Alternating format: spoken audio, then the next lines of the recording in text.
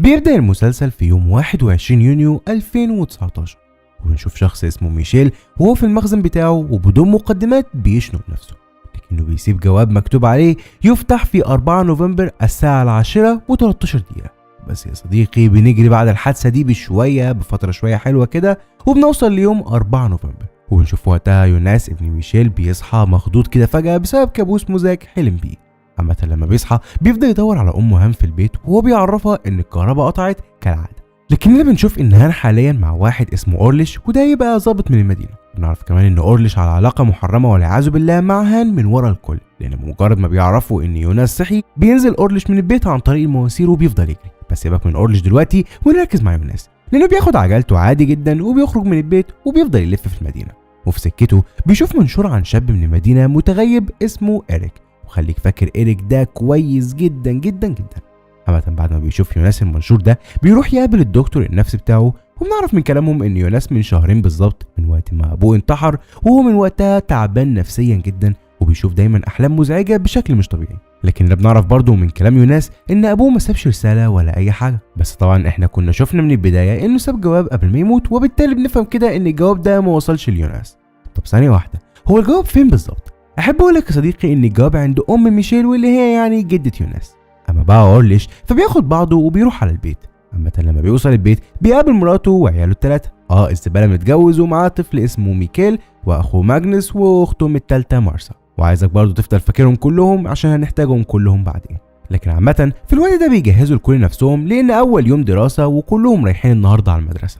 اما بقى أورليش فبيروح على الاسم لانه طبعا ظابط زي ما قلنا، وهناك بيلاقي ابو وام الولد المفقود إريك بيتخانقوا مع زميلته الشرطيه شارلوت، وده بسبب ان مر تقريبا 13 يوم كاملين على اختفاء ابنهم إريك بدون اي نتائج ولا يعرفوا اي حاجه عنه. فبيهديهم أورليش وبيوعدهم انه هيلاقي لهم ابنهم قريب جدا. بعد كده بيقعد هو وشارلوت وبيبداوا يحاولوا يوصلوا لاي ادله، لكن للاسف النتيجه بتكون صفر ومفيش اي حاجه بيوصلوا لها. بعد كده بتقول شارلوت لأورليش ان امه اتصلت بيه النهارده وعايزاه يزورها، فبيعرفها أورليش انه هيروح لها وبيسيبها وبيمشي. وفعلا بيروح على بيت امه، وهناك بتقول له امه انها شافت حاجات غريبه في الغابه زي ما كانت بتشوفها زمان جدا، وبتدي لأورليش ورقه شوكولاته وبتعرفه انها لقيت الورقه دي في الغابه. الفكره بقى في الورقه دي هي ان مادز اخو أورليش كان بيحبها جدا.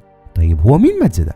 مادز ده يا صديقي زي ما قلت لك هو اخو أورليش، لكنه مختفي من 33 سنه، وبتعرفه امه ان كل حاجه في المدينه حاليا مشابهه جدا للي حصل وقت اختفاء مادز زمان.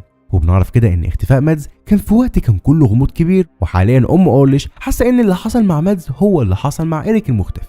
وبنعرف برضو كمان ان المنطقه اللي اختفى فيها مادز زمان هي في الغابه عند كهوف اسمها كهوف فندن، واللي موجوده برضو جنب مصنع فندن للطاقه النوويه. وعموما يعني برضو المنطقه دي في غموض كتير حواليها عن اللي بيحصل هناك ومحدش عارف بالظبط ايه اللي هناك. بس بمناسبه إريك بقى فاحنا حاليا بنشوف ان هو في مكان ما وحاليا عايش وزي الفل، لكن برضه ما نعرفش المكان ده فين ولا هو مختفي من ايه بالظبط. على الناحيه التانيه في المدرسه بيوصل يوناس وبيقابل صاحبه بارتوش. بعد كده بيروحوا على ملعب لان المديره النهارده بتكون عامله زي اجتماع كده للطلبه، ونعرف ان المديره هي كاترينا مرات أورليش اصلا. لكن المهم في الاجتماع ده ان يوناس بيكون قاعد مع بارتوش وفجاه بتدخل عليهم مارسا واللي كانت مرتبطه بيوناس زمان، لكن من وقت موت ابوه من شهرين كده ما كانش بينزل نهائيا ولا بيقابل اي حد، فطبيعي يعني يبعدوا عن بعض. طيب هي دلوقتي مرتبطه بمين؟ مرتبطه ببارتوش، وده اللي بيتفاجئ جدا منه يوناس، لكنه مش بيعمل اي حاجه وبيعدي عادي جدا الموقف. بعد كده كاترينا بتكلمهم عن إريك وبتطلب منهم لو اي حد عرف اي حاجه عنه يبلغ المدرسه، وبتسيبهم وبتمشي.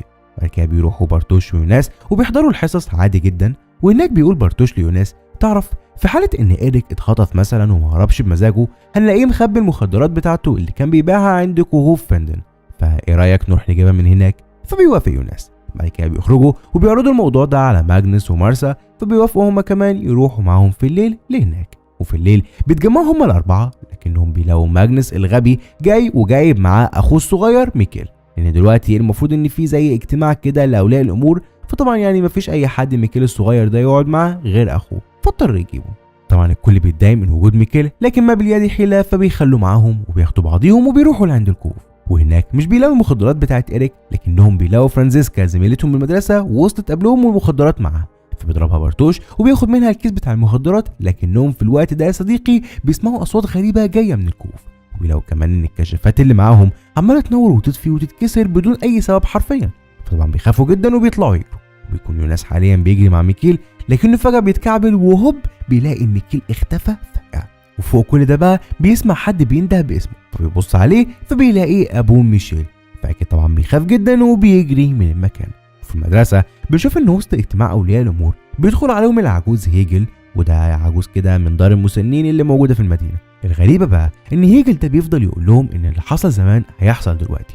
بنشوف ان ام ميشيل في نفس الوقت ده بتفتح جواب ابنها ميشيل وبتقرا اللي فيه، لكننا مش بنعرف ايه اللي فيه حاليا، بس واضح جدا ان في حاجه صادمه، وده بيبان جدا من حزن وعياط ام ميشيل. على الناحيه التانيه بقى فبيوصل يوناس لبارتوش والباقي وبيعرفهم ان ميكيل ضاع، ويروحوا يدوروا عليه لكنهم مش بيلاقوا اي حد. وبما ان خلاص مفيش اي حل قدامهم قاموا بلغوا اهلهم بكل حاجه.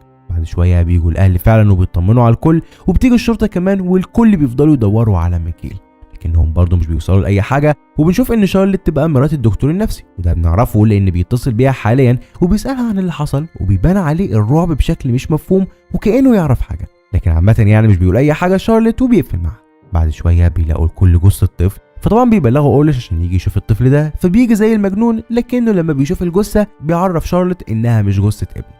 عامة بيعدي 9 ساعات تقريبا على اختفاء ميكيل، وبيكون اورليش حاليا لسه برضه بيدور على ابنه في كل مكان. وطبعا بناء على معرفة اورليش واختفاء اخوه مادز زمان وكده يعني، فبيروح يدور في كهوف فندن، وهناك بيلاقي باب وسط الكهوف دي يخص مصنع الطاقة النووية اللي في المنطقة، وبكده بيعرف ان المصنع بيقدروا يوصلوا للكهوف بسهولة عن طريق الباب ده، فبيبدأ يشك شوية ان ليهم صلة للموضوع. اما بقى شارلوت فبتاخد الجثة اللي لقيوها وبتروح بيها للطب الشرعي، وهناك بتعرف ان الجثة عينها محروق بحرق غريب كده، وكمان طبلة الودن بايظة تماما. بعد كل ده بتجتمع شارلوت بباقي الضباط في القسم وبتعرفهم على اللي عرفته، وبتعرفهم كمان انهم لقيوا مع الجثة شريط مسجل قديم بيستخدم في الثمانينات، وكمان لقيت جهاز ووكمان من اللي بيستخدم في نفس الفترة دي، ده غير اللبس واللي برضه كان من الثمانينات، وعملة كانت بتستخدم في الوقت ده وتحديدا سنة 1986. طبعا الكل مش بيكونوا فاهمين اي حاجه خالص، لكن في نفس الوقت ده بيدخل عليهم اورليش وبياخد شارلوت يتكلم معاها، وبيعرفها انه بقى متاكد شويه ان اختفاء إريك وابنه ميكيل والطفل الميت اللي لقيوه ده مربوطين ببعض، وبيعرفها انه كمان حاليا شاكك بعد الباب اللي لقيه ان المصنع بتاع الطاقه النوويه مرتبط برضه بالموضوع، وكل ده مرتبط بشكل ما باختفاء اخوه مادز زمان. فبتقتنع شارلوت شويه بكلامه، وبيقرروا يروحوا يجيبوا اذن تفتيش ويفتشوا المصنع، فبيسيبها اورليش وبيمشي. وبعد شويه بتيجي مكالمه لاورليش من شارلوت بتعرفه فيها ان الكسندر مدير المصنع رافض تفتيش المصنع، وبناء عليه هتضطر ان هي تكلم القاضي وتطلب منه اذن تفتيش بشكل رسمي، وده يعني هيطول شويه. طبعا اورليش لما بيسمع كل ده بيتعصب جدا، وبدون تفكير بيروح على المصنع بنفسه، وهناك بيقابل الكسندر ويطلب منه ان هو يدخل المصنع يفتش، لكن طبعا الكسندر بيرفض، فبيتخانق اورليش معاه. بعدها بيسيبه وبيروح على القسم، وهناك بيفضل يشوف ويبحث في الأدلة اللي موجودة معاه لغاية ما بيعرف منها إن يورجن أبو إريك المختفي شغال في المصنع ده غير إن عنده شاحنة بيشتغل عليها. وهنا المشكلة، لأن أورليش لما راجع السجلات ليه إن جنب الجثة اللي لقيوها من شوية دي لقيوا برضه آثار لشاحنة، فبيشك إن يورجن ليه بشكل ما برضه إيد في الموضوع، وعلى طول بيروح على مخزن يورجن وبيفضل يدور في عربيته وكده. بعدها بيدخل المخزن وجوه بيلاقي بلاعة، فبيفتحها وجواها بيلاقي كيس مربوط بجنزير، فبيطلعه بس هوب بيوصل يورجن للمكان، لكن اورليش مش بيهتم وبيفتحها فبيلاقي فيها برشام ومخدرات. فعرفوا وقتها يورجن ان هو وابنه إريك كانوا شغالين في تجارة المخدرات، فبيقول له اورليش كل ده مش مهم بالنسبة لي، المهم دلوقتي انت بتشتغل في مصنع الطاقة النووية صح؟ فبيقول له يورجن فسأله بعد كده اورليش طب اللي في المصنع ليهم يد في اي حاجة؟ فيورجن بينفي عادي جدا كل الكلام ده، فبيطلب منه اورليش لو عرف اي حاجة يعرفه، لان ميكيل وإريك اكيد اللي خاطفهم هو شخص واحد، ولو قدروا يوصلوا له هيوصلوا للطفلين، وبيسيبه وبيمشي. بمناسبة إريك بقى فبنشوف حاليا انه في مكان ما بتتعمل عليه تجارب بشعة جدا، وبتكون سبب كبير في ان عينه تتحرق زيه زي الجثة اللي لقيوها وبيموت. بعدها بيجي شخص مش بنعرف هو مين وبياخد الجثة دي وبيشدها لوسط الغابة، ولسه ما نعرفش مين ده ولا بيعمل كده ليه. عامة في الوقت ده فبينزل يوناس للمخزن اللي انتحر فيه ابوه، وبيفضل قاعد فيه شويه كده لحد ما بالصدفه بيلاقي السقف فوقه في جزء واضح جدا انه مش متركب كويس، او يعني تقريبا كده في حد في السر بيشيله وبيركبه براحته. بيشيل الجزء ده وتحته بيلاقي فيه ورقه كبيره مكتوب عليها ملاحظات وخرائط وحاجات كتير زي كده، مش بيكون فاهم اي حاجه لكنه بيخلي الورقه برضه معاه. في بقى فندق في الغابه في المدينه، والفندق ده بالمناسبه صاحبتها هي ريجينا ام بارتوش. عامة في اليوم ده بيوصل هناك شخص شكله غريب وبيحجز أوضة، الغريب بقى في الموضوع يا صديقي ان بيكون واضح جدا انه فاهم حاجه، لانه لما بيطلع لاوضته اللي حاجزها بيعلق صور كده، ومن ضمن الصور دي ورقه مقطوعه من جورنال ومكتوب عليها اين ميكيل. بيغير صيغه الكلام وبيخليها بدل اين ميكيل ما هو زمن ميكيل. وانا عارف انك مش فاهم قصده ايه كويس، بس انا هفهمك دلوقتي.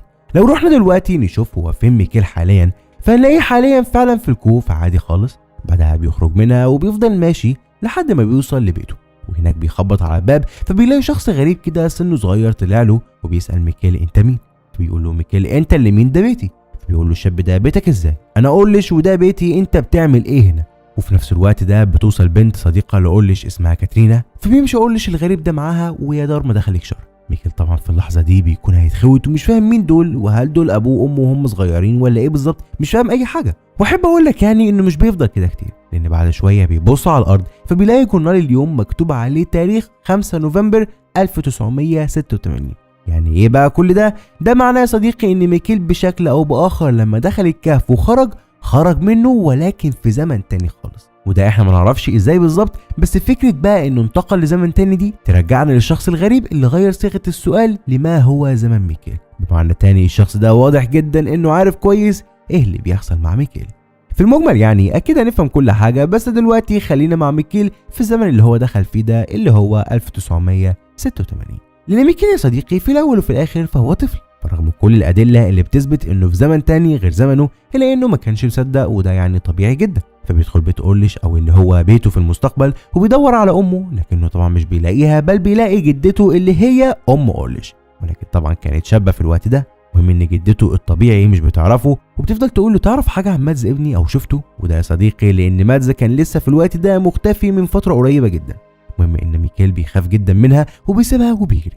بعد كده بيروح على المدرسه على امل يعني انه يلاقي امه كاترينا هناك، ما هي المفروض انها في الزمن ده مديرة المدرسة، لكنه بيلاقي هناك 3 طالبات واللي هما كاترينا وهان ام يوناس وواحدة صاحبته. فبيسألهم على مديرة المدرسة، فبيتريقوا عليه لان مدير المدرسة حاليا هو راجل واسمه هوبرت. اوعى تنسى اني بقول لك انه في الماضي، واوعى يا صديقي والنبي دماغك تلف مني دلوقتي، لان يعني احتمال تلف قدام. وعلى العموم بيسيبوه وبيمشوا. بعد كده بيكمل ميكيل طريقه وبيروح على القسم على امل انه يلاقي برضه ابوه هناك، لكنه طبعا مش بيلاقيه، بل بيلاقي واحد تاني رئيس الشرطه في الفتره دي واسمه تيدمان. فبيسال تيدمان عن ابوه وبيعرفوا ان اسم ابوه هو اورليش ويلسون. طبعا تيدمان بيفتكر ان دي اشتغاله، لكنه برضه في المجمل بيخلي ميكيل في اوضته. بعدها بياخد بعضه وبيروح لاورليش عشان يفهم منه ازاي ده بقى يبقى ابنه. اما ميكيل فبيفضل قاعد في المكتب عادي جدا، وبيلاقي ان تيدمان بيبحث في قضيه اختفاء مادز، وده لانه في الفتره دي كان مختفي بقاله تقريبا اسبوع واحد بس. فطبعا بيتاكد كده رسميا انه فعلا رجع للماضي. بعد شويه بتوصل ممرضه اسمها انيس عند ميكيل وبتاخده للمستشفى عشان يعالجوه من الجروح الكتير اللي موجوده عنده. فتعالى نسيبه يتعالج عادي جدا ونرجع لتيدمان، واللي بيروح لعند اولش في البيت وبيتخانق معاه لانه مفكره بعت الطفل ده عشان خاطر يعني ايه يرضيه يضحك عليه كده يعني. لكن اولش بيقول له مش انا، وبيطلب منه ان هو يدور على اخوه مادز اهم، وبيسيبه وبيمشي. وفي مكان تاني في المدينه بنشوف كلوديا اللي هي يعني تبقى ام ريجينا. والمهم يعني بنشوف ان برضه ريجينا في الوقت ده كانت لسه شابه صغيره بتوديها امها على المدرسه. بعد كده بتروح على المصنع، لان كلوديا يا صديقي في الوقت ده كانت مديره مصنع الطاقه النوويه، وتحديدا النهارده كان اول يوم تمسك فيه اداره المصنع. عامه اول ما بتدخل بتقابل على الباب عامل هناك واللي يبقى العجوز هيجيل، ولكن طبعا في الفتره دي كان شاب. وفي المجمل يعني بيبارك لها على منصبها الجديد، وبيبان كده انه يعني ايه معجب بيها. لكن كلوديا بتسيبه وبتدخل المصنع، ولما بتدخل بتقابل صحفيه اسمها ترينت ويلسون. فبتديها ترينت ورقه كده كانت كلوديا طالباه منها، وبتسيبها وبتمشي. وبتطلع كلوديا على مكتبها وبتكتشف ان مدير المصنع القديم كان بيختلس فلوس لان في حسابات كتير مش مظبوطه. فبتروح للمدير واللي كان بيلم حاجته عشان يمشي من المكتب، وكان اسمه بريند. فبتقول له كلوديا على الاخطاء كلها اللي اكتشفتها دي، لكن بريند بيتوه في الكلام كده وبيسيبها وبيمشي. اما بقى تيدمان يا صديقي فبيروح للطبيب الشرعي لانه بيكون حاليا بيفحص مجموعه خرفان ليوم ميتين بدون اي سبب من شويه. المهم ان الطبيب الشرعي في النص كده بارك لتيدمان لان بنته كلوديا بقت مديره مصنع الطاقه، وبكده بنعرف ان كلوديا تبقى بنت تيدمان، وبالتالي تيدمان هو جد ريجينا. تمام. بعد ما بيخلص تيدمان بيسيب الطبيب الشرعي وبيرجع للمكان اللي ماتت فيه الخرفان، لكن فجاه وبدون مقدمات بيلاقي طيور كتير بينزلوا من السماء ميتين بدون اي سبب حرفيا، وكمان بيلاقي الانوار عماله تفتح وتقفل. فبيخاف جدا وبيروح لعربيته. بس برضه مش ده الغريب دلوقتي ان في نفس الوقت ده كلوديا بتروح مع مدير المصنع القديم لعند الكهوف لانه قال لها ان هوريكي حاجه هناك.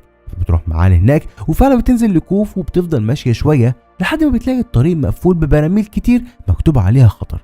طبعا مش بتكون فاهمه برضو اي حاجه خالص، لكن هنا بنشوف برضو ان بمجرد دخولها كده كل مكان في المدينه بتفضل الانوار تفتح وتقفل فيه، وكمان طيور تنزل ميته. في المستشفى بيكون ميكيل هناك وبيتكلم مع الممرضه اينيس وبيقول لها ان جاي من المستقبل وبيحكي لها كمان كل قصته، لكنها بتستغرب فبتسيبه وبتمشي.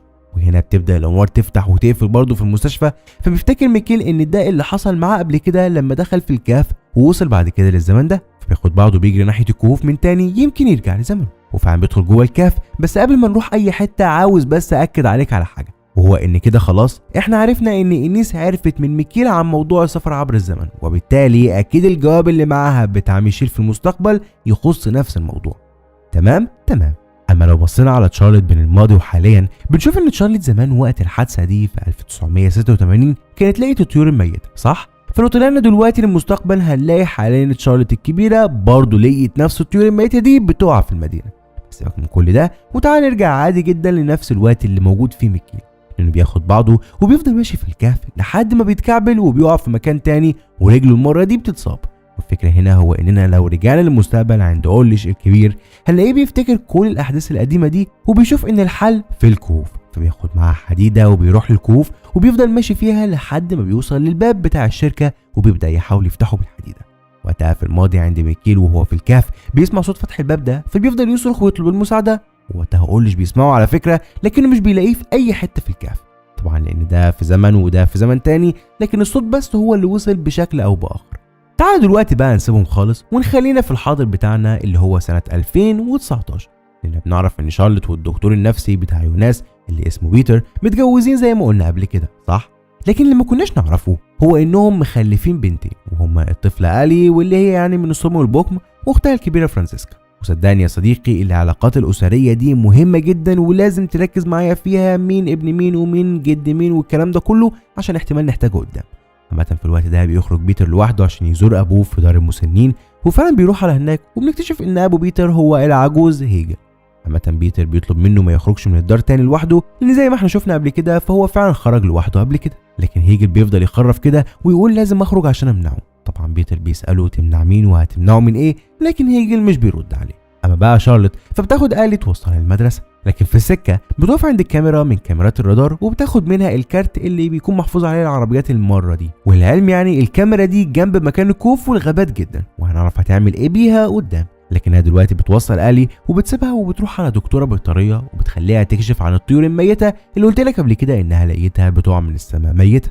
فهناك بتقول لهم الدكتوره ان الطيور ماتت بسبب انفجار طبله الودن، غير كده فهي لسه ما تعرفش. فبتسيبها شارلوت وبتروح على مكتبها، وهناك بتبدا تراجع العربيات في نفس وقت اختفاء ميكيل اللي هو يعني بين الساعه 9:30 والساعه 10:30. فالغريبه بقى هو انها بتلاقي العربيه المره في الوقت ده هي اخر عربيه ممكن تتوقعها، لانها بتلاقي عربيه جوزها دكتور بيتر. وهنا بتفتكر ان بيتر اتصل عليها قبل كده وقت اختفاء ميكيل لكنه ما قالهاش اي حاجه في المكالمه، وبالتالي دلوقتي بدات تشك فيه شويه. والعلم يعني هي شكت انه بس بيخونها مش اكتر، مع ان المفروض ان الطبيعي دلوقتي كلنا نبدا نشك في ان بيتر مخبي حاجه ليها علاقه بالاختفاء اللي بيحصل للناس في المدينه. عامه بتروح شارلوت بعد كده على المكان اللي لقيوا عنده الجثه المشوهه، وهناك بتلاقي اثار العربيه، لكن الغريبه هو ان الاثار دي فيها طينه كده او نوع رمل معين مش موجود في باقي التربه حواليها، وده بيخليها تستغرب جدا. وفي نفس الوقت ده بتكلمها الدكتوره اللي كانت بتكشف على الطيور الميته وبتعرفها ان الطيور دي مش بس ماتت بسبب انفجار طبله الاذن، لا دي كمان لسبب مش مفهوم فجاه حصل لها خلل في التوازن فوقعت وماتت. وبتعرفها كمان انها فقدت توازنها بسبب موجات راديو بجهد عالي اتضربت عليها فقتلتها. وبتعرفها كمان ان الطيور دي في على جسمها بقع بيضاء، ودي عباره عن شعاع سامي جدا موجود في الجو من وقت تفجير مفاعل تشيرنوبل اللي حصل زمان في الثمانينات. بعد المكالمه دي شارلوت بتكون مصدومه وشبه مش فاهمه اي حاجه، لكنها في المجمل بتروح لمخزن جوزها بيتر، وده مخزن قديم كده بتاعهم جنب الغابه ومحدش بيروحه من زمان. بس شارلوت بعد كل اللي بيحصل ده بتقرر تروح، يمكن جوزها يطلع له علاقه بالكلام ده. وفعلا بتوصل هناك بس مش بتلاقي اي حاجه غريبه في المخزن، لكنها لما بتخرج منه بتلاقي قدامها باب غريب كده، فلما بتفتحه بتلاقي سلم لتحت الارض فبتنزل فيه، لكنها مش بتوصل لاي حاجه برضه. بعد كده بتفتكر بنتها آلي وانها المفروض تاخدها من المدرسه، فبتتصل ببيتر وبتطلب منه يروح ياخدها لانها لسه عندها شغل كتير. بمناسبه آلي بقى، فلما امها اتاخرت عليها شويه خرجت تلعب في الغابه، وفي طريقها كده لقيت ورقه شوكولاته فخدتها. والغريب بقى ان دي نفس الورقه اللي كانت ام اورليش لو تفتكرها، فهي برضه لقيت نفس الورقه دي في الغابه. بس سيبك من الي دلوقتي ونرجع لشارلوت، لان بتجيلها حاليا مكالمه من مصنع الطاقه النوويه، فبتروح على هناك وبتكتشف ان امن المصنع مسك اورليش وهو بيحاول ينط للمصنع، فطبعا قبضوا عليه. لكن شارلوت بتخلص الموضوع بالحب كده وبتاخد اورليش وبتمشي، وبتفضل تساله دخل ليه، فبيقول لها ببساطه عشان ابني انا اللي ضاع ومفيش حد عايز يتحرك، فلازم اتحرك بنفسي واحاول الاقيه. وبتخانق معاها وبيطلب منها تنزله، وفعلا بيسيبها وبيمشي. ولسه شارلوت هتاخد نفسها من قرف اليوم ده كله، هوب بتجيلها مكالمه من بيتر وبيعرفها فيها انه راح للمدرسه وما لقيش الي. ما هم ما يعرفوش بقى انها في الغابه. المهم بتقلق شارلوت جدا وبتعرفوا انها هتجيله حالا وهيشوفوا يعملوا ايه. بعد شويه وصلت شارلوت هناك وبدون مقدمات بدأ التدوير على طول في كل مكان، وراحت كمان للغابه. وهناك على فكره لقيت طاقية بنتها الي واقعه في الغابه، فبتعرف ان كده بشكل ما بنتها جت على هنا فعلا، وطبعا ده بيرعبها اكتر ما هي غابه. فبتاخد الطاقية بتاعتها وبترجع بيها لبيتر، وبيفضلوا يحاولوا يتصلوا باي حد من معارفهم يمكن الي عنده.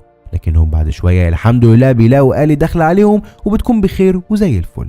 فبيسالوها كنت فين، فبتعرفهم انها لما ما لقيتش اي حد جه ياخدها اتمشت لوحدها من المدرسه. لكن مش ده بس اللي اخرهم، ولكن اللي اخرها كمان انها قابلت واحد اسمه نوح. بتعرفهم ان نوح ده اداها ساعه وقال لها ان هي تديها لشارلوت لانها بتاعتها من زمان. وقتها بتخرج الساعه دي وبتديها لها، وشارلوت برضو مش بتكون فاهمه اي حاجه خالص، لكنها في المجمل بتاخد الساعه دي عشان تشوف حكايتها ايه بالظبط هي كمان، وتعرف برضو مين نوح ده. في اللحظه دي هوب بيتصلوا بيهم من الاسم وبيعرفوهم انهم لقيوا هيجل ابو بيتر هربان من الدار تاني وراح عند الكوف. طبعا بياخدوا بعضيهم وبيرجعوا على الدار، وبتجيله ممرضه كده تديله الدواء وتكشف عليه وهكذا. والمشكله هنا ان هيجل قال لها نفس الجمله، لازم اخرج ولازم امنعه زي ما كان بيقول لبيتر الصبح. فبتساله الممرضه انت قصدك على مين بالظبط، فبيقول لها نوح. وده بالمناسبه نفس الشخص اللي ادى الساعه لآلي لو تفتكر بالظبط، بس ده موضوع اخر لوقت اخر. دلوقتي بقى تعال نروح ليوناس، لاني حاسس شويه اننا نسيناه خالص. بس احب اقول لك ان يوناس يا صديقي لسه برضه بيحاول يفهم الورقه اللي لقيها في مخزن ابوه، وبيحاول يفك شفرتها كتير جدا لغايه ما بيفهم منها انه المفروض يروح للكوف. فبياخد الورقه وبيروح هناك، يمكن وهو في الكهوف دي يفهم اي حاجه، لكنه مش بيفهم اي حاجه. فبياخد الورقه باحترام وبيرجع لبيته. لكن بنشوف انه في الليل لما بينام بيدخل عليه الشخص الغريب اللي كنت حكيت لك عليه قبل كده، وبياخد الورقه اللي كان ليها يوناس وبيرسم عليها شويه بالقلم وبيسيبها وبيمشي. وبيكون واضح ان اللي عمله ده هيخلي يوناس يفهم الورقه اكتر واكتر، واكيد هنشوفه قدام. اما تاني يوم بقى فبنشوف طفل اسمه ياسين، برضه زي آلي من الصم والبكم، ويعني في المجمل هو صديقها. وياسين حاليا بيكون رايح على مدرسته، لكن فجأة بيطلع عليه شخص مش بنشوف هو مين، وبيقول له نوح بعتني ليك. بعد فترة من اللي حصل ده بنعرف ان ياسين اختفى زيه زي ميكيل وإيريك، ومحدش برضه يعرف مكانه فين. بعد شوية بتعرف شارلوت كل اللي حصل ده، فلان ياسين كان صديق آلي زي ما قلنا، فبتروح تسأل آلي عن اي حاجة تعرف عن الولد ده، لكن آلي مش بتكون عارفة اي حاجة. بتسألها شارلوت عن نوح اللي اداها الساعة، وبتخليها توصفه ليها كويس اكتر، فبتوصف فعلا، والوصف بيكون قريب جدا لوصف بيتر ابو آلي، لو بس اتنكر شوية كده او يعني دار وشه شوية. وبناء عليه بتشك شارلوت في بيتر اكتر واكتر، فبتروح له اخيرا وبتوري له الصور بتاعة الرادار بتاعة العربية بتاعته، وبتسأله كان بيعمل ايه في المكان ده، وبتسأله كمان اذا كان متورط في حوادث الاختفاء اللي بتحصل دي كلها. لكن بيتر بيتعصب عليها وبيقولها هو انت مجنونة، وبيسيبها وبيمشي. وعند بارتوش فبيلاقي تليفون وسط كيس المخدرات بتاع إيريك، وطبعا بيعرف ان ده تليفون إيريك، لكن بتجيله مكالمة من رقم مخفي كده، فبيرد بارتوش عليه، فبيلاقي ان الشخص اللي بيكلمه عارف ان هو بارتوش، وبيقول له كمان انا تاجر المخدرات اللي كنت بوزع لإيريك، ايه رأيك تيجي تاخد من عندي بضاعة وتبيعها بنفسك؟ فبيوافق بارتوش جدا وبيتفق يقابله. اما ريجينا ام بارتوش فبيجي لها الشخص الغريب وبيحاسبها على الكام يوم اللي قعدهم في الفندق، وبيطلب منها ما تأجرش الأوضة خالص لأنه كام يوم بالظبط وهيجي يقعد فيها تاني، وهو عاوز نفس الأوضة. فبتوافق على كلامه. بعد كده بيديها كرتونة وبيطلب منها تبعتها على العنوان اللي مكتوب عليه، وبيسيبها وبيمشي. الفكرة هنا هو ان ريجينا لما بتشوف الكرتونة بتلاقي انها المفروض تبعتها ليوناس، وهنفهم برضه ازاي قدام. اما هانا ام يوناس حاليا فمن وقت اختفاء ميكيل اورليش بعيد عنها خالص وبطل يرد على مكالماتها اصلا، واحنا عارفين طبعا ان هي واورليش في علاقه محرمه بينهم. فبتقلق عليه وبتاخد بعضها وبتروح له البيت، وهناك بتقابل مراته كاترين وبتعمل نفسها ايه انها جايه تطمن عليها مش اكتر، لحد ما بتلاقي اورليش خارج من البيت، فبتعمل نفسها ماشيه وبتطلب منه ان هو ايه يوصلها في طريقه. وهنا بتحس كاترين شويه ان يعني ايه في بينهم حاجه، لكن ده مش مهم دلوقتي. المهم حاليا ان هانا بتروح معاه فعلا، وفي السكه بتساله ليه بيبعد عنها، فبيعرفها اورليش ان من وقت اختفاء ابنه وهو حاسس بذنب كبير جدا وحاسس ان ربنا بيعاقبه بسبب علاقته المحرمه معاه، وعشان كده قرر انه ينفصل عنها. هنا في اللحظه دي بتصدم جدا من كلامه وبتقول له اوعى تفتكر اني هسيبك بسهوله، وبتسيبه وبتمشي. عامه بيروح اورليش على القسم وهناك بيقعد مع شارلوت وبيقول لها وقت اختفاء اخويا مادز زمان كنت بفكر اني لما هكبر هعقل ولو تعرضت لنفس الموقف ده تاني هعرف اتصرف بشكل افضل، لكن دلوقتي وبعد 33 سنه من اختفاء مادز ابني اختفى وانا كل اللي بعمله حاليا هو اني بخون مراتي ومش عارف الاقي ابني. هنا بقى شارلوت بتقول له كلامك بيفكرني بجد جدا، لانه دايما كان بيكلمني على حاجه كده اسمها دوره ال 33 سنه. هو فكره دوره ال 33 سنه دي يا صديقي هو ان كل 33 سنه بيعود كوكب الارض لمكانه الاصلي والاول، وقتها كل حاجه بتحصل زي ما هي من تاني. وشارلوت حاسه حاليا ان ده اللي بيحصل معاهم، لان من 33 سنه كانت في حوادث اختفاء بتحصل في المدينه وكمان نفس الطيور الميته بتظهر، وبالتالي كل حاجه حرفيا بتتكرر بالظبط وكانها حلقه مفرغه عماله تعيد نفسها. فتحس شويه انه اورليش اقتنع بكلامها لكنه مازال بيفكر. اما يوناس فبيروح حاليا يقعد عند قبر ابوه شويه، وهناك بيجي له الشخص الغريب وبيقول له على فكره انت شبه ابوك جدا، وبيعرفوا انه كان يعرف ابوه زمان وان ميشيل ابوه كان سبب في نجاته قبل كده. بعدها بيبدا يسال يوناس وبيقول له تفتكر الموت هو النهايه؟ فبيقول له يوناس اكيد. فبيقول له الشخص ده لا مش النهايه، لاننا ممكن نتحايل على الموت ونرجع اي حد احنا عايزينه، وهيجي يوم وهتقدر تعمل كده، بس لحد ما يجي اليوم ده لازم تتاكد يوميا انك ماشي في الطريق الصح. وبيسيبه وبيمشي. بعد كده بنشوف ان الغريب ده خد بعضه ورجع على الكوف وما نعرفش لسه هيعمل ايه ولا راح فين.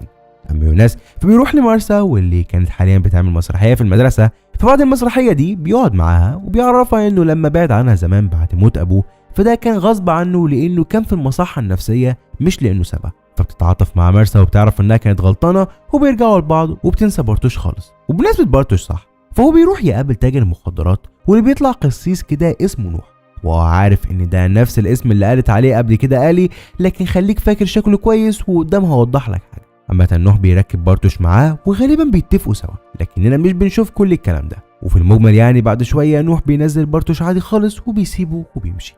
وعلى الناحيه التانيه في الاسم بنشوف ان شارلوت جابت رسامين وخليتهم يرسموا صور لنوح ده من وصف آلي، وبالفعل رسموا له صور كده وكان شبه نوح فعلا جدا جدا، لكنها طبعا لسه ما تعرفش عنه اي حاجه. وهنا بقى يا صديقي لازم نرجع للماضي قبل ما اختم معاك الفيديو ده، ورجاء ركز معايا في النقطه دي كويس جدا جدا جدا.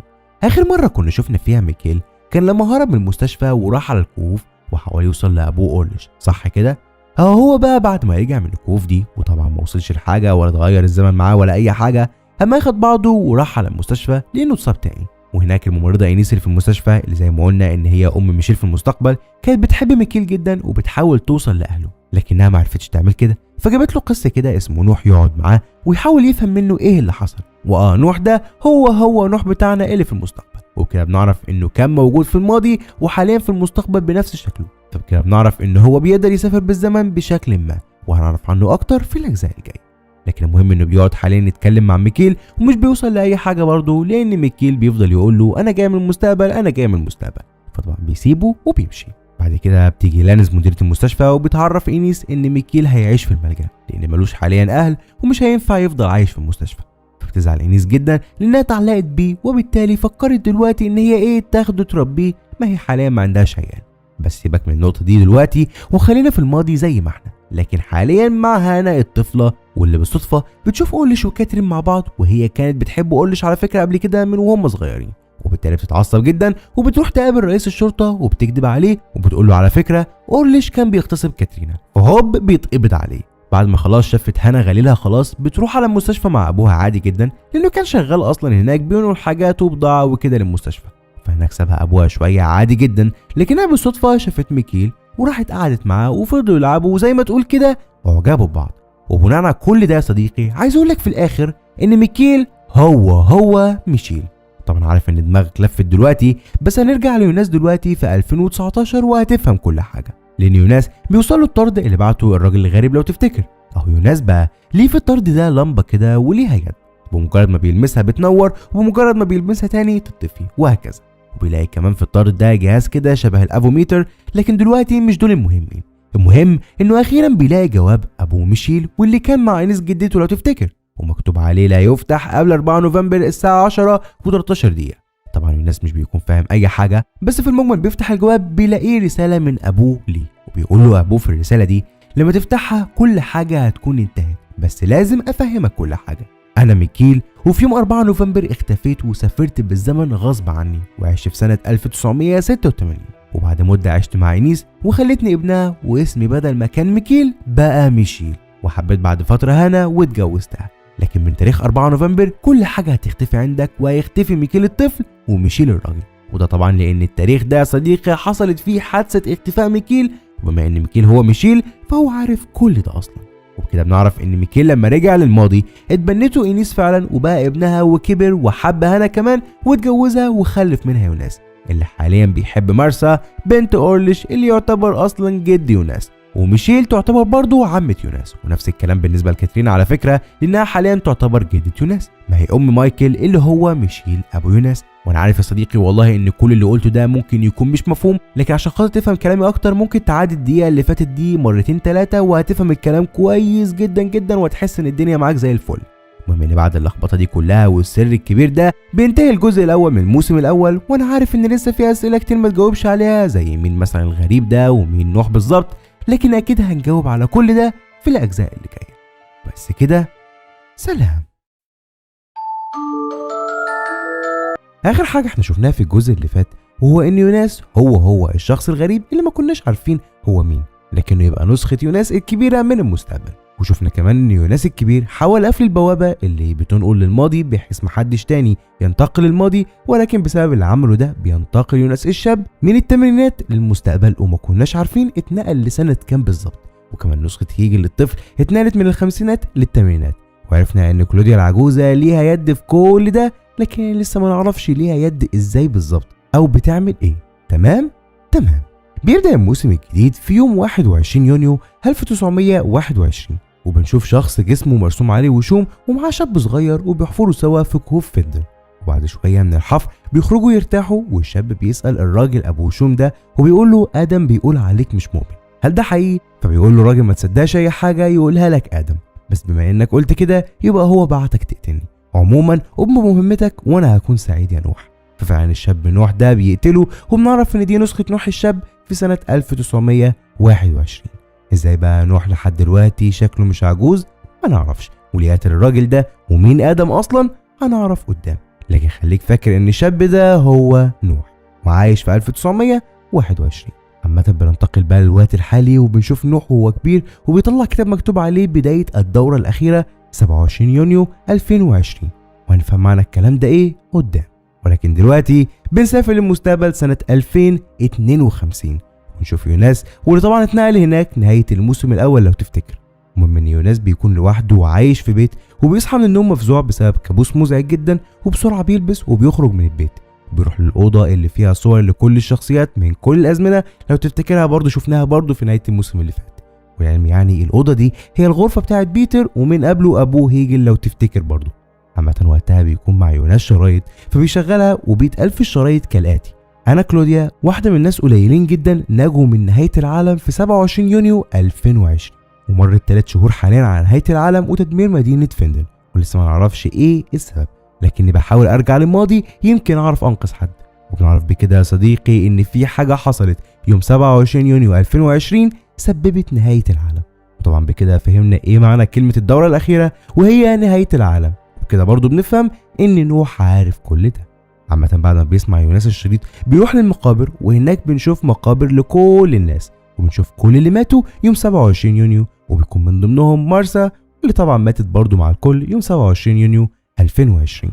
وطبعا بنعرف بكده ان كلام كل ده في الشريط صحيح. وعشان نفهم اكتر فلازم نرجع ليوم 21 يونيو 2020، يعني قبل نهاية العالم على حسب كلام كلوديا ب6 ايام. وده على فكرة بالمناسبة يعني ده الوقت الحاضر بتاعنا. بنشوف وقتها هنا وهي في بيتها، وبنعرف ان يوناس المفروض متغيب من 8 شهور كاملين، ومش بس هو لا ده كمان اورليش وهيجل العجوز وكل شفناهم بينتقلوا لازمنه مختلفه في الموسم اللي فات. بالنسبه لكل اللي في 2020 حاليا هم مختفيين.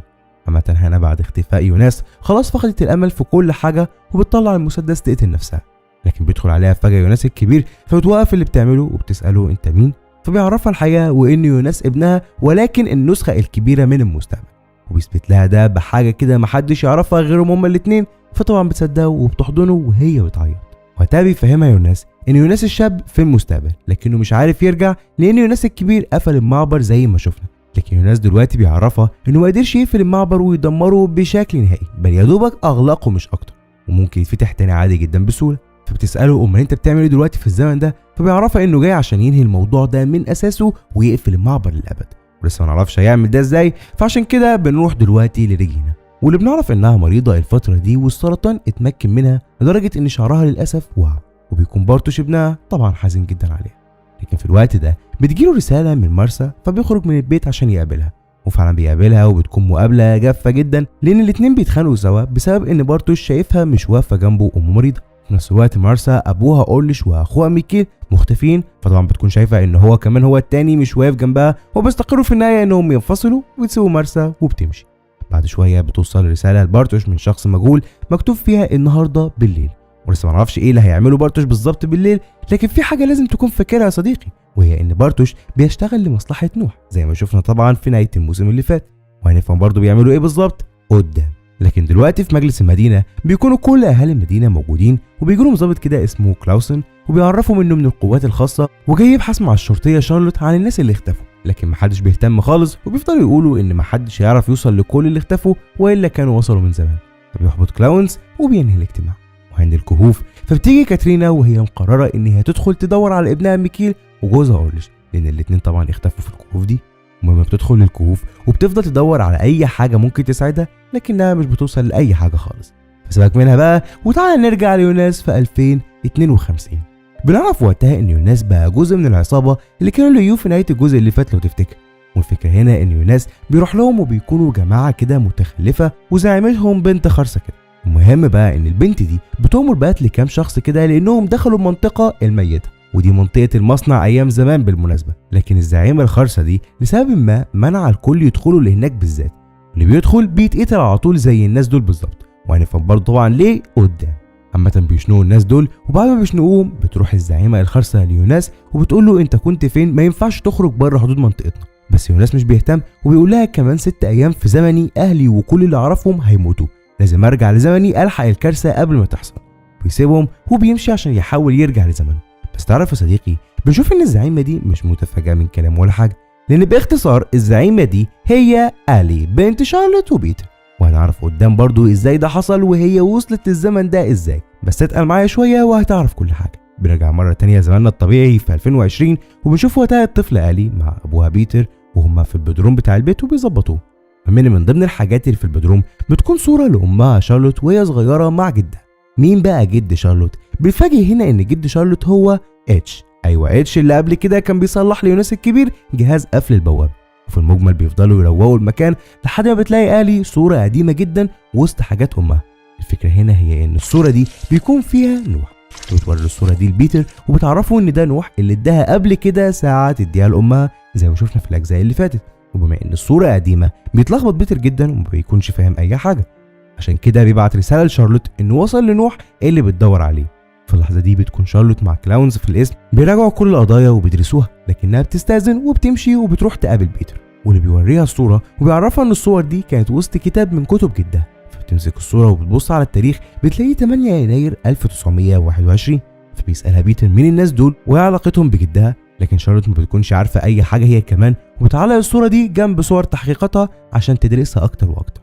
بمناسبه نوح، صح، نوح حاليا في سنه 1921 بيقابل نسخته الشابه، وبيكون نوح الشاب متضايق جدا لانه قتل زي ما شفنا، لكن نوح الكبير بيقول له ما دام ادم قال لك كده يبقى لازم تعرف ان ده الصح وما ينفعش تندم نهائيا، وبعدها بيسيبه وبيمشي.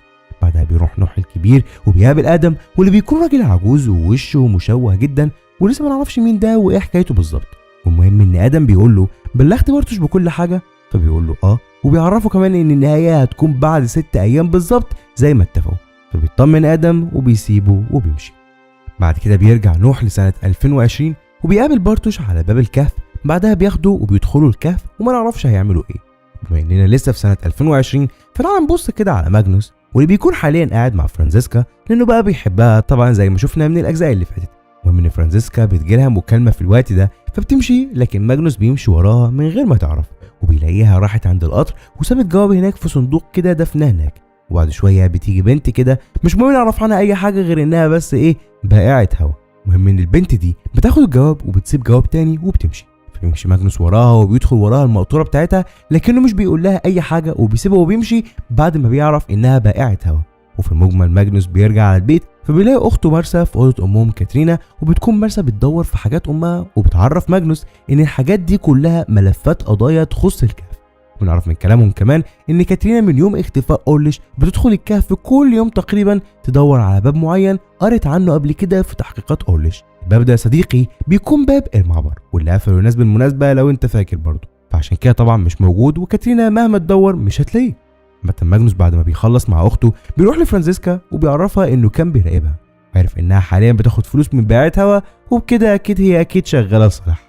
لكن فرانزيسكا بتتعصب عليه وتعرفه ان بيعات الهوا دي ابوها بيتر كان بيبيع لها وصفات للهرمونات قبل كده، لكنه من فتره بطل يروح لها، ومن وقتها وبقت هي فرانزيسكا اللي بتبيع لها الكلام ده كله، وتعرفه انه مش مسموح له يراقبها تاني وبتسيبه وبتمشي. على الناحيه التانيه بقى الكسندر فبيجتمع بكل العمال في المصنع، وبيعرفهم ان المصنع هيقفل نهائيا يوم 27 يونيو بقرار من الدوله، وبيعرفهم كمان انهم لازم يخلصوا كل شغلهم قبل اليوم ده. وبعد ما بيخلص كلام مع العمال بيلبس بدله واقيه وبيروح يشرف على نقل البراميل، لو تفتكرها برضو دي نفس البراميل اللي شفناها في الموسم اللي فات، وكده بنعرف ان ده شغلهم، وهو انهم يخفوا البراميل دي نهائيا.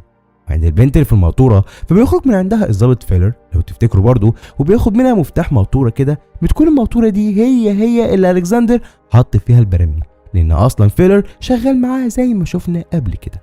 المهم انه بيروح للمقطوره وبيركبها وبيمشي، وبكده بنعرف ان فيلر والبنت دي يعرفوا كل حاجه بخصوص اللي بيحصل، وهنفهم ازاي قدام. عامه بنرجع بقى مره تانية لناس الشاب في 2052، لان هناك بيدخل المصنع النووي واللي كان مهجور ومتدمر في الوقت ده بشكل مش طبيعي، ويلبس بدله واقيه وبيدخل لمكان في المصنع بيلاقي فيه كوره من ماده غريبه طايره في السماء، والماده دي بتكون في حاله ثوران ومش مستقره، يعني هو ده الشيء اللي في المصنع وآلي منع اي حد يوصل له. هنفهم برضو اكتر ليه قدام.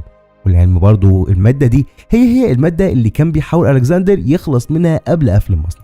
ايه بقى حكايه الماده دي؟ بص يا سيدي، يوناس في الوقت ده بيشغل شريط من شرايط كلوديا، وبنعرف ان الماده دي مجهوله المصدر، لكنها لسبب ما لو استقرت عن طريق شحنها بالكهرباء تقدر تنقل شخص لاي زمان. وبكده فهمنا اهميه الماده دي، وكمان فهمنا ليه يوناس قبل كده لما استخدم الماده دي وهو كبير قدر يشغل جهاز السفر بالزمن بتاع اتش.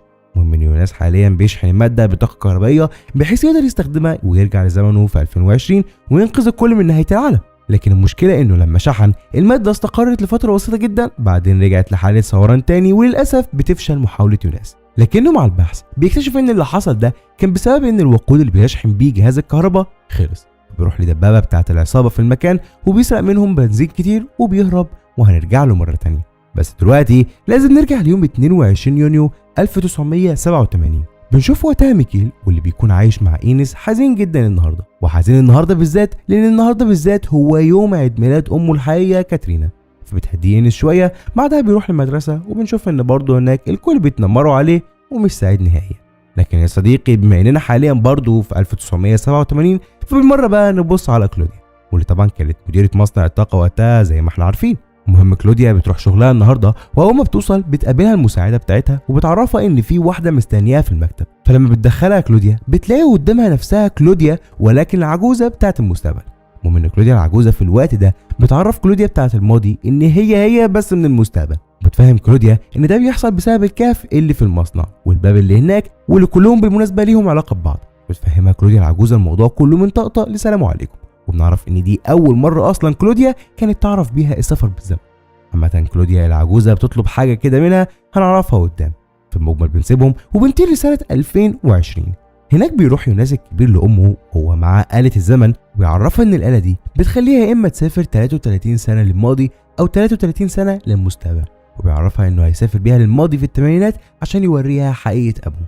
بس قبل يا صديقي ما نسافر بالزمن تاني تعال نروح لريجينا، لأن بيجولها شارلوت وكلاوسن وبيحققوا معاها، ويبدأ كلاوسن تحقيقه معاها بسؤاله عن جوزها ألكسندر، وده لان كلاوسن شاكك في الكسندر بشكل مش طبيعي، لان كل اللي بيختفوا في الكوف جنب المصنع اللي هو مديره. وبيسالها ليه الكسندر واخد اسم عيلتها كاسم ليه بدل اسم عيلته، وطبعا ده احنا فاهمينه يا صديقي لان الكسندر زي ما شفنا هربان من حاجه من زمان ومغير اسمه وهويته. لكن ريجينا مش بتقول له الكلام ده لانها اصلا مش عارفه ليه. فبيسالها كلاوسن لو شافت اي حاجه غريبه في الفتره الاخيره دي، فبتعرفوا ان من مده كده جالها شخص غريب واجر اوضه عندها. ويعني طبعا انا وانت خلاص عارفين ان ده يوناس الكبير زي ما شفنا قبل كده، بس هي مش عارفاه. فبتعرف كلاوسن انها شاكه فيه وبتديله كمان كرتونه بتاعه يوناس الكبير كان ناسيها قبل ما يمشي. فبتقوم شارلوت تشوف الحاجات بتاعه يوناس الكبير، فبتلاقيها كلها ابحاث عن السفر بالزمن متاخده بالنص من كتاب جدها اتش، رحله عبر الزمن. واكيد انت فاكر الكتاب ده كويس جدا، اتكلمنا عنه كتير قبل كده.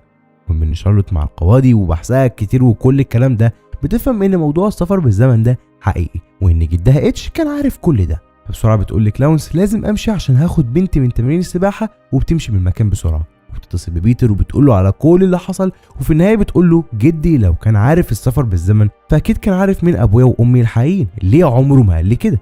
ومن هنا بنعرف ان شارلوت مش معروف مين اهلها نهائيا، وخليك فاكر الموضوع ده برضه لقدام. اما دلوقتي فلازم نروح ليوناس الكبير لانه بياخد امه فعلا، وبيروح لكوف فندن وبيستخدم الاله وبيختفوا وبيروحوا لسنه 1987.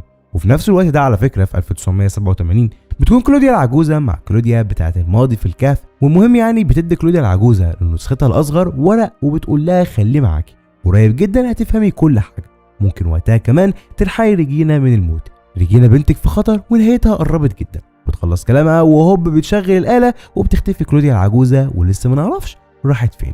اما دلوقتي بما اننا لسه في 1987 فتعالى نروح لايجون ابو كلوديا. لو تفتكر يا صديقي، ايجون زمان في الخمسينات لما كان ضابط صغير قبض على اورليش اللي ساعتها اتنقل للماضي وكان عايز يقتل هيجل. المهم بقى ان ايجون مع اختفاء مادز في الثمانينات حاليا رجعت له الشكوك بتاعت زمان في اورليش. فعلى اساس ده سأل عليه واحد صاحبه وقال له الراجل ده لما اتقبض عليه قبل كده حصل ايه بعد كده، اتسجن ولا حصل له ايه بالظبط.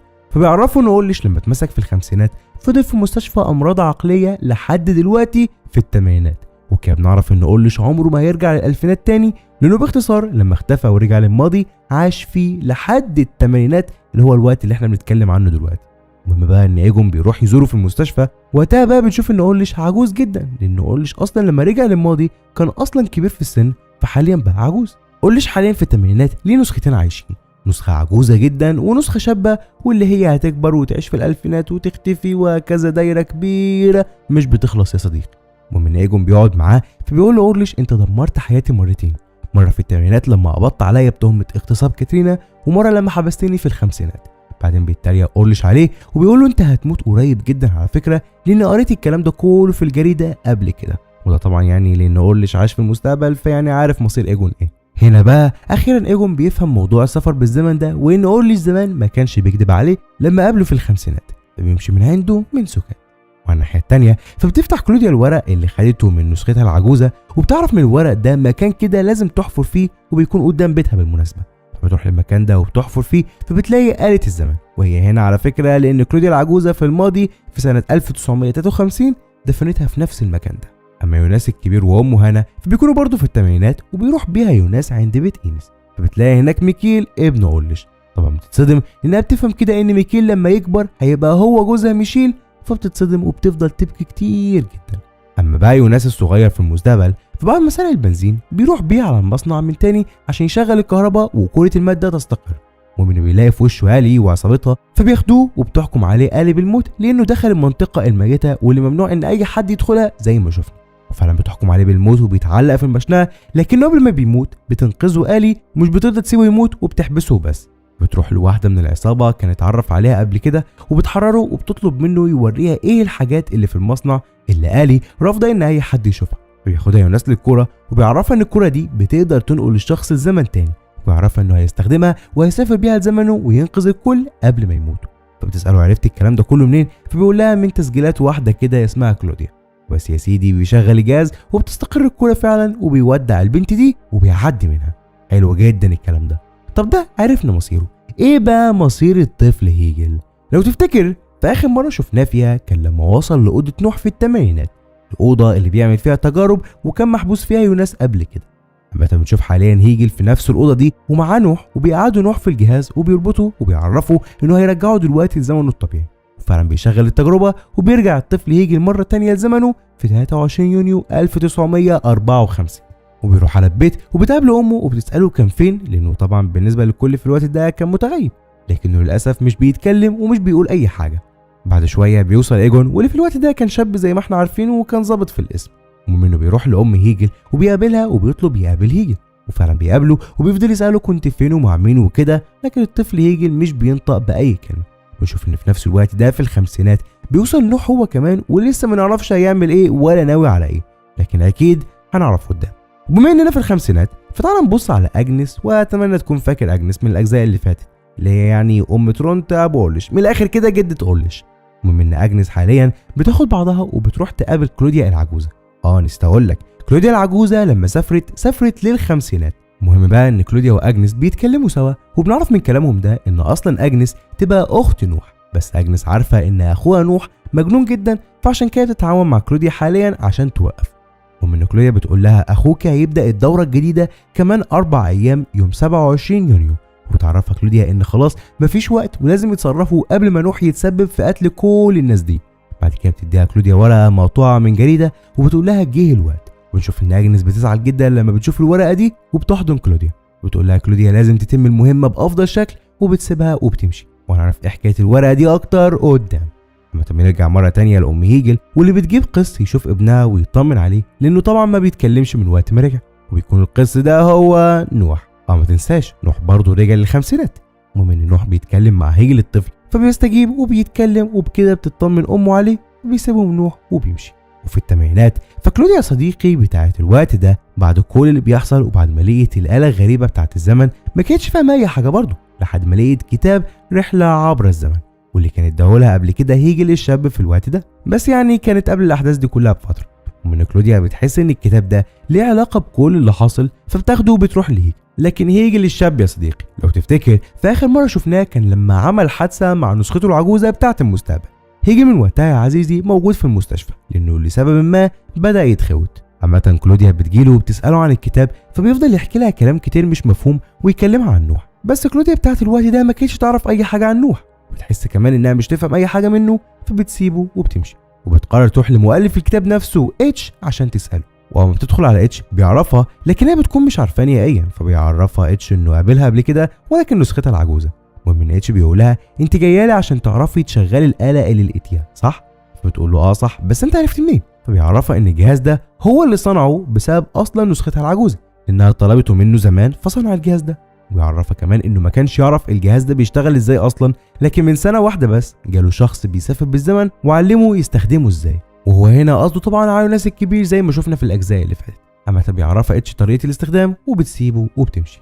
في نفس الوقت ده بنشوف ايجون نسخة الثمانينات، واللي بعد ما اتأكد من هوية اورليش واقتنع ان في سفر بالزمن بدأ يدرس قضية ميكيل اكتر واكتر. ما هو لو تفتكر برضه فميكيل ظهر في الثمانينات فجأة ومحدش كان يعرف عنه اي حاجة، لكن ايجون بيفتكر لما ميكيل اول ما وصل على طول قال له انا ابويا اسمه اورليش، فبيقدر يفهم كده ان ميكيل ضاع في المستقبل، فبدأ اورليش بتاع المستقبل يدور عليه، فبالغلط رجع للماضي في الخمسينات، ووقتها قبض ايجون عليه وكل الكلام اللي حصل ده زمان. ايجون بمجرد ما بيدرك كل الكلام ده بسرعه بيروح لاينس عشان يشوف عندها ميكيل، لكنها بتقول له ان ميكيل نايم، فبيطلب منها صوره لميكيل فبتديها له، فبياخد الصوره وبيروح بيها لاورليش العجوز واللي حاليا في المستشفى النفسيه. اوعى تنسى لما بيروح لاورليش بيوري له صوره ميكيل، فبيعرف كده اورليش ان ميكيل عاش في الثمانينات مش في الخمسينات اللي راح لها زمان. وطبعا بيتجنن اكتر على ايجون لانه كان عارف كل ده وما قالوش اي حاجه، فبيتخانق معاه وبيفضل يخنق فيه، بس بيوصلوا الممرضين وبيبعدوا عنه. بعد ما بيخلص ايجون كل ده بياخد بعضه وبيروح لبنته كلوديا في المصنع، فبتجيله كلوديا واللي بتكون لسه مخلصه قعدتها مع اتش وراجعه بالاله للمصنع. ومنه بيعرفها ان عنده سرطان وهيموت قريب جدا، وبيعرفها انه من زمان عنده المرض ده لكنه ما كانش بيرضى يقول، بس هو خلاص في مرحله متاخره فقرر يعترف لها. فطبعا بتتاثر جدا لكنه بيقول لها كل حاجه هتكون بخير وبيسيبها وبيمشي.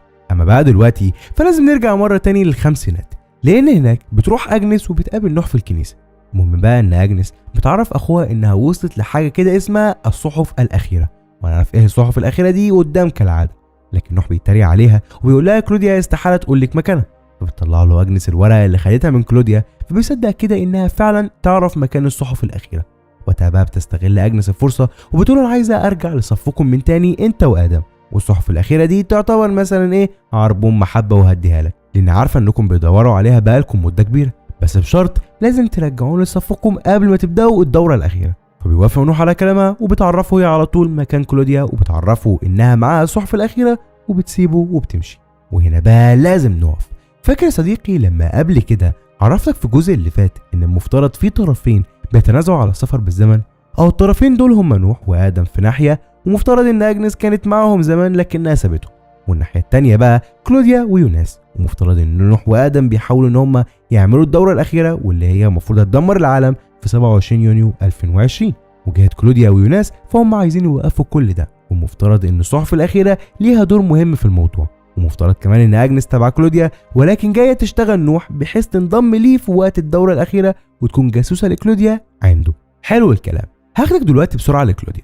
كلوديا لسه في الخمسينات وبتاخد بعضها وبتروح لعند اتش واللي كان صغير جدا وقتها، والمهم انها تديله كتاب رحله عبر الزمن بتاعه، لكنه في الوقت ده ما كانش الفه. بتقول له انا هموت قريب جدا بس لازم اديك الكتاب ده لانك هتعلمني استخدام الاله دي بعدين. بيقول لها اتش بعدين ازاي وانت هتموتي؟ فبتقول له هتعرف كمان 33 سنه، وبتسيبه وبتمشي. وبكده بنفهم ازاي اتش كان عارف ان كلوديا هتجيله وقت ما راحت له في الثمانينات، باختصار لان كلوديا العجوزه هي اللي رجعت له بالزمن وادت له الكتاب وقالت له على كل ده. بعد بقى ما بتخلص مع اتش بتسيبه وبتمشي، فبيقابلها نوح في سكتها وبيقول لها نوح اجنس خانتك، وبيقول لها كمان اجنس ضحكت عليكي وقالت لي كمان ان الصحف معاكي، وبدون مقدمات بيضربها نوح طلقه فبتموت كلوديا، وبيروح نوح وبياخد منها الصحف الاخيره. وحقيقه مش بنعرف ايه بالظبط في الصحف دي، لكن بنعرف انها عن شارلوت، ونشوف ان نوح بيتخض جدا اول ما بيشوفها، بس ما نعرفش هل في علاقه تربطه بشارلوت ولا لا، ولكن ده حديث اخر لوقت اخر. دلوقتي بيروح نوح وبيقابل ادم، فبيقول له ادم كان معاها الصحف، فبيكذب نوح عليه وبيقول له لا. اما اجنس فبتطلع الورقه اللي خدتها من كلوديا قبل كده، وبنشوف ان الورقه دي اصلا خبر مستقبلي عن جثه كلوديا اللي لقيوها في الغابه، لكنهم كانوا كاتبين جثه مجهوله الهويه. يعني طبعا كلوديا العجوزه لما ماتت في الزمن ده ما كانش ليها اي وجود اصلا، ما احنا في الخمسينات اوعى تنسى. في المجمل بنفهم كده ان كلوديا كانت عارفه انها هتموت وهيتسرق منها الصحف، وهي بنفسها اللي ادت الورق ده كله لاجنس، واتفقت معاها تروح لنوح وتوريها له فيصدقها نوح ويروح ينفذ اللي في الجريده ويقتلها في الغابه وياخد الصحف الاخيره. من الاخر يعني كلوديا العجوزه عارفه كل ده وهي بنفسها اللي سعت لتحقيقه، واكيد ده طبعا لسبب هنعرفه قدام. بنطير حاليا بقى على الثمانينات، لان كلوديا بتاعت الوقت ده بتروح للكهوف وبتستخدم آلة الزمن وبتنقل نفسها للمستقبل سنة 2020. بتشوف وقتها بنتها ريجينا وهي مصابة بالسرطان وتعبانة خالص، فبتكون حزينة جدا جدا عليها، ولسه ما نعرفش هتعمل ايه بالظبط، لكن بنفهم ان دي الحاجة اللي طلبتها منها كلوديا العجوزة، وهي انها تيجي للمستقبل تنقذ ريجينا من الموت. ازاي؟ هنشوفه قدام. بنرجع بقى ليوناس اللي بيصحى بيلاقي نفسه وسط حقل كبير جدا، وبيعرف بكده انه نجح واتنقل اخيرا بالزمن. بيقوم بسرعه وبيخبي البدله الواقيه بتاعته وبيفضل يلف هنا وهناك لحد ما بيجوا له شخصين كده لبسهم شكله قديم. بيبدا يوناس يقلق شويه، بس في المجمل هم بيسالوه بس هو مين وبيعمل ايه هنا، فمش بيجاوبهم يوناس وبيقول لهم انا عايز اروح البيت. فبيبداوا يشكوا شويه ويقولوا انت اكيد راجع من الحرب صح؟ ورغم ان يوناس مش بيفهمهم لكنه بيقول لهم بيعزموا عليه ياخدوه لمكان ياكل ويشرب ويظبط نفسه، فبيوافق وبيمشي معاهم لحد ما بيوصلوا عند مطعم صغير كده بتاع واحده اسمها ارنا، وبيقابلوا قدام المطعم بنت ارنا الطفله. مين بقى الطفله دي؟ البنت دي هي اجنس. ايوه اربط معايا كده بسرعه، اجنس دي اخت نوح وام ترونت اللي هو اساسا ابو اورلش، لكنها هنا كانت مجرد طفله. عامه بيبدا يوناس ياكل، بعدين بيسالهم السؤال البديهي هو احنا سنه كام؟ فبيستغربوا شويه وبتعرفوا ارنا انهم في 1921، بمعنى تاني يوناس بدل ما يروح لزمنه في 2020 رجع لسنه 1921. بالصدفه بقى نازل في مكان ارنا ام اجنس ونوح. بعد ما بياكل يوناس بيدخل الاوضه يريح شويه، لكنه لما بيصحى بيلاقي قدامه نوح الشاب. في اللحظه دي يوناس ما بيكونش عارف مين ده، فبيتكلم نوح وبيقول له حاجه واحده بس، انا ما كنتش اتخيل انك تكون بالشكل ده. فبيساله يوناس انت تقصد ايه؟ فنوح مش بيرد عليه وبيسيبه وبيمشي. بعدها بيبدا يوناس يلف في الاوضه شويه حلوين كده، فبيلاقي صور متعلقه مرسوم عليها الثلاث اشكال البيضاويه المتداخلين واللي شفناهم كتير جدا جدا جدا، مكتوب هناك هكذا خلق العالم. وطبعا كل الكلام ده هو فاهم كويس جدا انه يخص السفر بالزمن، فبيقلق اكتر وبيقرر يمشي من المكان ده فورا، وده فعلا ايه اللي بيعمله. دلوقتي وكالعاده هنطير ليوم 24 يونيو 2020، يعني قبل نهايه العالم ب3 ايام. بنشوف وقتها المفتش كلاونز وبيجي له الضابط فيلر وبيعرفوا ان شارلوت مش هتيجي النهارده لانها تعبانه. فيقول له كلاونز خلاص يبقى انت اللي هتلف معايا على الناس نستجوب. على طول بياخدوا وبيروحوا لاول واحد يستجوبوه واكتر حد مشكوك فيه الا وهو الكسندر، وفعلا بيروحوا يقابلوا الكسندر وقتها بيسأله كلاونز مجموعة أسئلة كده، منها أنت جيت فندن إمتى؟ فبيقول له ألكسندر جيت 1986. بيقول له كلاونز غريبة، أصل ماتز اختفى في نفس الوقت ده. فبيلاقي ألكسندر وبيقول له أنا جيت بعد ما اختفى بشهر. فبيقول له كلاونز تمام، هو ليش بقى كان عايز يدخل المصنع ويدور على باب معين، إيه الباب ده؟ بيقول له ألكسندر معرفش، الباب ده كان تقريبا اتقفل من الثمانينات ومعرفش أي حاجة عن قصته. بيقول له كلاونز طيب هو أنت ليه أخدت اسم تيدمان بتاع عائلة كلوديان بدل اسم عيلتك؟ فبيترعب ألكسندر شوية وبيقول له لأني بحترم كلوديا فحبيت اسمها يفضل عايش. فبيقول له كلاونز أصيل فعلا، قلت لي بقى أنت كان اسمك الحقيقي إيه؟ فبيقول له ألكسندر اسمي ألكسندر كولر. فبيتخض شوية كلاونز وأكنه فهم حاجة لكنه مش بيصرح بأي كلمة وبيسيب المكان وبيمشي. بس تعرف يا صديقي في حد مهم جدا بيكون في الوقت الحالي قدام مصنع الطاقم، الحد ده هي كلوديا ولكن نسخة الثمانينات، وبتسأل الأمن عن نفسها وبتقول لهم كان في مدير للمصنع اسمها كلوديا، هي فين؟ فبيعرفوها الكل انهم ما يعرفوش هي بتتكلم عن مين وان المدير الحالي هو ألكسندر تيدمان. فطبعا بتستغرب لكنها مش بتهتم وبتروح للمكتبة وبتبدأ تبحث عن كلوديا تيدمان عشان تعرف ايه اللي حصل لها في العصر الحالي. بتكتشف ان كلوديا تيدمان اختفت في ظروف غامضة سنة 1987. ولما بتخلص بحث عن نفسها بتبدأ تبحث عن بنتها وعن ألكسندر وتعرف هما اتجوزوا امتى. وتفتكر فأبوها ايجون قال لها انه هيموت بسبب السرطان، فبحثت برضه عنه وبحيث تشوف هيموت امتى. فبتكتشف ان ابوها مات يوم 26 يونيو 1987 بس مش بسبب السرطان بل بسبب انه اتقتل، والكلام ده معناه ان ابوها ايجون هيموت كمان يومين في زمنه. بس بما اننا لسه في 2020 تعال نستغل الفرصة ونروح لبيتها. بص يا سيدي، هانا ويوناس الكبير رجعوا طبعا من سنة 1987 بعد ما عرفت حقيقة جوزها وانه يبقى ميكيل. المهم بقى ان يوناس بيصحى من النوم في البيت وبيفضل يلف لحد ما بيلاقي مسدس وباسبور ألكسندر اللي كان ألكسندر خباهم في الثمانينات وامه هانا خدته.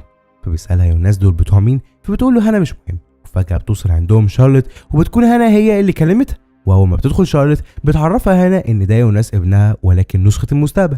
بتعرفها ان يوناس ده يعرف مكان يوناس ابنها الشاب، وطبعا بتكون هانا عملت كده عشان شارلوت شرطية فتشوف يعني هترجع يوناس الشاب لزمانهم ازاي. بس شارلوت بتلاحظ ان يوناس بنفس وصف الشخص اللي قالت عليه ريجينا، فبتسأله انت بتسافر بالزمن؟ فبيقول لها بسافر بالزمن. فبتستغل الفرصة وبتطلع صورة نوح اللي معاه وبتسأله عليه هو والناس كلها اللي موجودة معاه، والصورة دي بالمناسبة اللي كانت لقيتها قبل كده قالي بنتها بالصدفة. المهم ان يوناس بيعرفها ان ده نوح والناس دول هم جماعة هكذا خلق العالم، جماعة من المسافرين بالزمن بيحاولوا يصلحوا العالم من وجهة نظرهم العقيمة، وبيتبعوا شخص كده اسمه آدم. شارلوت لما بتلاقيه عارف كل الكلام ده بتقول له هو وهانا تعالوا معايا، وبتاخدهم للأوضة المحصنة بتاعة بيتر، وبتكون الأوضة دي فيها تحقيقات وكل حاجة، وبتعرفهم إنها عرفت من التحقيقات دي إن أوليش اتقبض عليه في الخمسينات. فبيكمل لها يوناس معلوماتها ويعرفها إن ميكيل كمان رجع للثمانينات وبقى بقدرة قادر هو أبوه. وقتها يا صديقي شارلوت وبيتر مش بيستغربوا وبيعرفوه إن كلوديا العجوزة تعرف كل ده وجات وسابت لهم مذكرة فيها كل الكلام ده، وبالتحديد سابتها لترونت والبيتر وقت ما جات لهم يوم اختفاء ميكيل زمان. المهم بقى انهم بيعرفوهم ان المذكره دي فيها كل حاجه عن اختفاء الاطفال بالوقت والساعه وكل حاجه، وكأن كلوديا عارفه كل حاجه بالظبط قبل ما تحصل. لكن المشكله الوحيده ان المذكرات دي مقطوع منها شويه ورق كده في الاخر. ثانيه واحده، هنا لازم نقف وقفه كده. فاكر يا صديقي الصحف الاخيره اللي نوح كان عاوز يسرقها؟ الصحف دي بقى هي اللي ناقصه هنا. وكنا بنعرف ان الصحف اصلا عباره عن مذكرات كلوديا كاتبه فيها كل حاجه هتحصل، لكن الصحف الاخيره من الواضح ان فيها حاجه مهمه جدا وعشان كده كان عليها الحرب دي كلها، والحاجه دي طبعا تخص شارلوت زي ما شفنا قبل كده، لكن ما نعرفش ايه هي بالظبط. المهم ان هانا في الوقت ده بتقول لهم ان كاترينا بقت زي المجانين من وقت اختفاء جوزها وابنها، لازم نبلغها. بيشوفوا الكل ان معاها حق فعلا، وبتروح شارلوت وبتجيب كاترينا وبيعرفوها كل ده، لكن كاترينا مش بتصدقهم نهائيا وبتفتكر ان ده فيلم من افلام هانا. لكن يوناس الكبير بيتدخل وبيقول لكاترينا الكلام ده حقيقي، بتقول له وانت مين؟ فبيعرفها انه يوناس ابن هانا، فما بيكونش من كاترينا غير انها بتضحك لانها مش بتصدق نهائيا، وبتنهي اجتماعها معاهم كلهم بانها بتقول لهم انتوا الاربعه مجانين وبتسيبهم وبتمشي. بس تعرف كاترينا بتكون برضو شاكه شويه ان كلامهم ممكن يكون صح، فعشان تحسم الامر بتروح على المدرسه وبتشوف صور الطلاب سنه 1987 وبيكون من ضمنهم للاسف ميكيل، فبتعرف كده ان كلامهم صح. على الناحيه التانيه بيكونوا مارسا وماجنوس مع بعض، وبتوصل عندهم فرانزيسكا واختها الي وبتاخد ماجنوس وبيتكلموا سوا وبيتكلموا عن المشكله اللي حصلت بينهم وبيتصالحوا. بعد كده بيتكلموا مارسا وفرانزيسكا وماجنوس، وبتعرفهم فرانزيسكا ان امها شارلوت وابوها بيتر ما بقوش بيقعدوا خالص في البيت وحاسه ان في حاجه غلط. فبيقول لهم ماجنوس المدينه كلها فيها حاجه غلط وكل حاجه بتحصل بسبب الكوف، وبيعرفهم انه هينزل الكوف دي ضروري يشوف ايه اللي هناك. فبيقرروا كلهم دلوقتي يروحوا مع الي وفرانزيسكا ومارسا. وبس يا سيدي بيدخلوا للكهف وبيسمعوا صوت، فبيمشوا ناحيته وبيطلع بارتوش موجود هناك وبيلاقوا معاه شنطه. فبيسالوه بيعمل ايه، مش بيرضى يرد. ويقول له ماجنوس يبقى انت ليك علاقه بكل اللي بيحصل في الكهوف. وبدون تردد بينزل ماجنوس في ضرب وبيربطه. بعد كده بيفتحوا الشنطه اللي كانت معاه، فبيلاقوا فيها آلة الزمن، لكنهم مش بيكونوا عارفين ايه ده اصلا بالظبط. فبياخدوا الشنطه كلها وبيمشوا كلهم وبيسيبوا لوحده مربوط. بنرجع تاني لكلوديا واللي بتاخد شنطتها وبتتجه للكهف بحيث ترجع لابوها وتنقذه قبل ما يموت. بترجع فعلا سنه 1987 وهنشوف هناك هتعمل ايه مع ابوها، ولكن الجزء الجاي. اما دلوقتي فلازم نرجع لسنه 1921، لان يوناس بعد ما خرج من مطعم ارنا راح للكهف، ومع التدوير ليه باب السفر بالزمن ففتحه ليه وراه حيطه. طبعا بيتصدم وبيخرج بره الكهف، فبيلاقي نوح الشاب واللي بيقول له انا كنت عارف انك هتكون هنا، ما تقلقش البوابه دي مش هتتفتح دلوقتي بل كمان 33 سنه. بعد كده بيقول له لو عايز تفهم تعالى معايا. فبيروح معاه يوناس لكنيسه كده ويقابل فيها نوح الكبير اللي بيعرفه ان الشاب ده نسخته من الماضي، وبيقول له تعالى معايا هنروح لادم هتفهم وقتها كل حاجه. وفعلا بياخدوا لعند ادم، فبيتخض يوناس من شكله مرعب. فبيقول له ادم ده بسبب السفر الكتير جدا بالزمن، لان الجسم البشري مش بيستحمل كل ده. بعدها بيقول له يوناس امال انت مين؟ فبيقول له ادم انت لسه ما تعرفش لحد دلوقتي، انا انت يا يوناس. وهنا بقى مع المفاجاه دي بينتهي الملخص بتاع الجزء ده. طبعا عارف ان في اسئله كتير المفروض يتجاوب عليها، ولكن كلها هيتجاوب عليها في ملخص الجزء الجاي والاجزاء الجايه. بس كده سلام. تمام جدا. بيبدأ الموسم الجديد مع 3 أشخاص، راجل عجوز وشاب وطفل، بيدخلوا لمكان وبيحرقوه كله. من ال3 دول وبيعملوا كده ليه؟ مش بنعرف دلوقتي، ولكن يا صديقي لازم تفتكرهم كويس جدا لأنهم مهمين جدا جدا جدا قدام.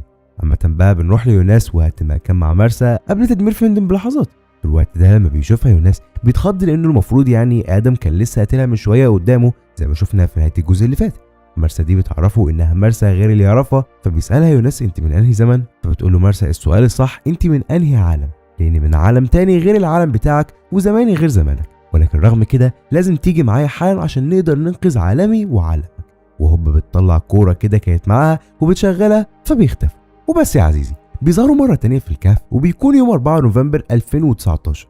وخليك فاكر التاريخ ده كويس جدا، لان التاريخ ده لو انت فاكر معايا ومصحصح فده تاريخ اختفاء ميكيل زي طبعا ما شفنا من بدايه المسلسل. المهم ان مارسا في الوقت ده قالت له انا ما عنديش وقت اضيعه حاليا لان الدنيا هتبوظ والنهايه بدات بتدمير العالم بتاعك، وبتعرفوا انها هتنقذ كل حاجه. بعدها بتشغل الكره مره تانيه وبتختفي في لمح البصر وبتسيب يوناس في العالم ده لوحده. وهنا بقى يا صديقي لازم اشرح لك حاجه صغيره كده. العالم ده هو عالم موازي غير عالم يوناس تماما، بمعنى ان هنا في حاجات كتير متغيره عن الحاجات اللي هو شافها واللي احنا شفناها وتعودنا عليها المواسم اللي فاتت، زي مثلا علاقات الشخصيات ببعض والاحداث اللي قبلوها وحاجات تانية كتير. عامه في الوقت الحالي بنشوف مارسا بتاعت العالم ده، لان مارسا اللي شفناها مع يوناس من شويه دي سابت واختفت زي ما قلنا، لكن العالم ده الطبيعي بتاعه ان فيه المارسا بتاعته. المهم بنشوفها حاليا وهي في البيت مع امها كاترينا واخوها ميكيل، وبنعرف في الوقت ده ان كاترينا وأولش منفصلين عن بعض اصلا. اوعى تنسى ان ده عالم موازي. عامة بتكون مارسا رايحة المدرسة، فبتفكر امها انها من بكرة هتعيش في بيت ابوها أولش هي واخواتها لان المحكمة حكمت بكده. فبتتضايق مارسا وبتسيبها وبتمشي وبتروح المدرسة. وفي المدرسة بنكتشف انها مرتبطة بواحد كده اسمه كيليان. كيليان ده يا سيدي يبقى اخو، وركز معايا اقول لك اخو مين؟ اخو إيريك. إيريك مين؟ إيريك اللي شفناه تاه في العالم بتاعنا قبل كده في اول المسلسل خالص لو انت فاكر. وما شفناش وقتها إيريك ان كان عنده اي اخ اسمه كيليان، لان في العالم بتاعنا الاصلي إيريك ما كانش ليه اخوات، ولكن في العالم ده اهو ليه اخ واللي هو كيليان.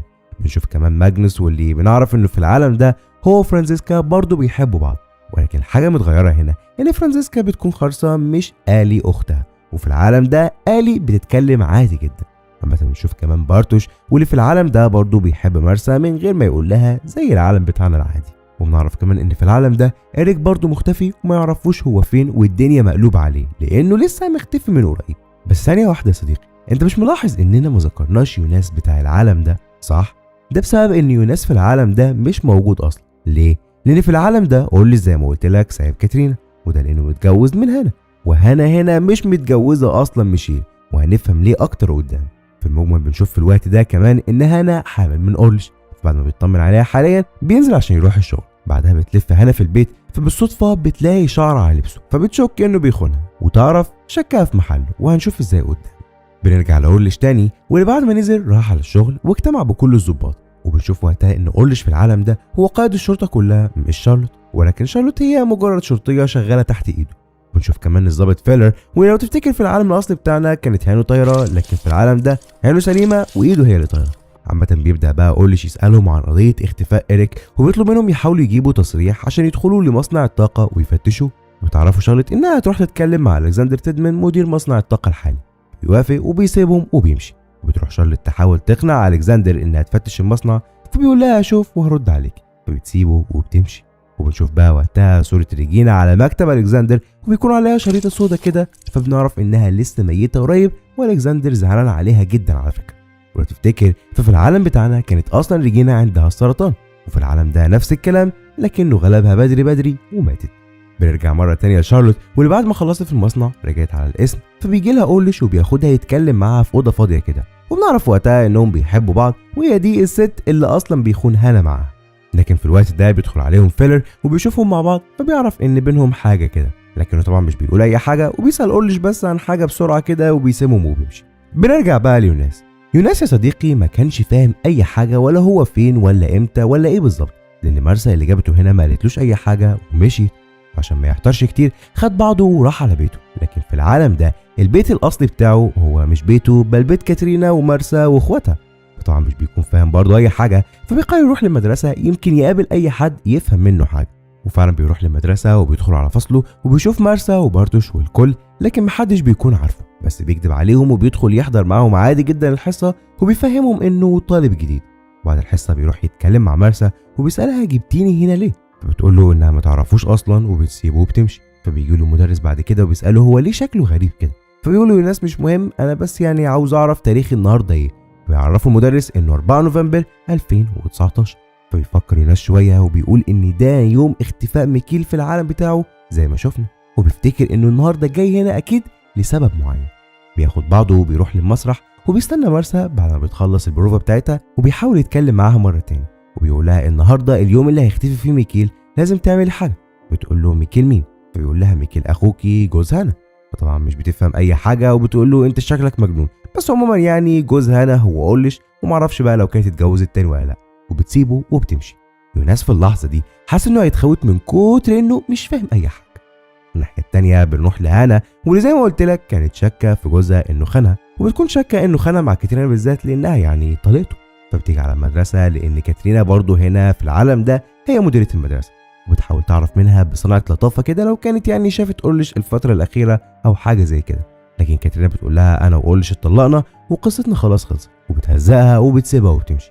فبتمشي هانا من المدرسه، وفي سكتها بيقابلوا ناس واللي بيقول لها ماما. فطبعا بتستغرب وبتقول له انا اعرفك، طب انت تعبان ولا حاجه؟ فبيقول لها لا بس يعني اتلخبط، وبيسيبها وبيمشي. وبنكمل مع يوناس واللي بيكون لسه عايز يفهم اكتر واكتر، فبيروح للمقابر، وهناك بالصدفه بيقابل بيتر. وتفتكر فبيتر هو ابن هيجل وجوز شارلوت. مثلا بيكون بيتر في العالم ده هو قس. فبيسالوا يوناس عن قبر ميشيل كونالد، وكونالد ده يعني للعلم هو اسم ابو ميشيل. المهم يعني بيستغرب بيتر من الاسم، وبيعرف يوناس ان مفيش اي حد هنا مدفون وعيلته اسمها كونالد غير شخص كده اسمه دانيال دي كونالد، وده يعني مات سنه 1964. طبعا بيستغرب يوناس اكتر، وبيعرف انه كده فعلا مش في العالم بتاعه نهائيا. وفي المجمل بياخد يوناس بعضه وبيمشي. عايزك يا صديقي تفتكر اسم دانيال كونالد ده لقدام جدا جدا. مثلا بعد ما بيسيبوا يوناس بياخد بعضه وبيروح على الغابه، لانه عارف في اليوم ده انه راح مع صحابه للكهوف وضاع ميكيل منهم وقتها. وفعلا لما بيروح بيلاقي مارسا واللي بتخاف لانه كل شويه بيطلع لها في مكان شكل، لكن يوناس مش بيديها فرصه، بل بيقول لها انا اعرفك، احنا من عوالم مختلفه او ازمنه مختلفه، لكن اعرفك، بس ده مش مهم، المهم انكم لازم تروحوا دلوقتي عشان ميكيل ما يضيعش. طبعا مارسا مش بتفهم اي حاجه، وبعد شويه بيوصلوا ماجنوس وبارتوش وكيليان وفرانزيسكا، ومش بيكون معاهم ميكيل. فبيستغرب يوناس وبيسال ماجنوس هو ازاي ما جاش معاه، فبيهزقوا ماجنوس لان يعني ده سؤال مش مفهوم، وبيحذروا يقرب منهم تاني وبيسيبوه وبيمشوا. بعد كده بيروحوا عند الكهف، وهنا بتبدا تحصل حاجات غريبه زي ما حصلت معاهم في العالم الاصلي، وبتبدا كل الكشافات اللي معاهم تنور وتقفل، ويسمعوا صوت غريب جاي من الكهف. بسرعة بيجروا وبيتفرقوا عن بعض وبتوع مرسى، ولما بتقوم تاني بتلاقي قدامها نفسها ولكن بتكون متغطية بمادة سودا غريبة كده وبتقول لها مرسى. فطبعا مرسى بتخاف وبتجري من المكان وبتقابل كيليان وماجنوس والباقي وبيفضلوا يهربوا من الغابة لحد ما بتاخدهم فرانزيسكا للأوضة المحصنة بتاعت أبوها عشان يكونوا في أمان هناك.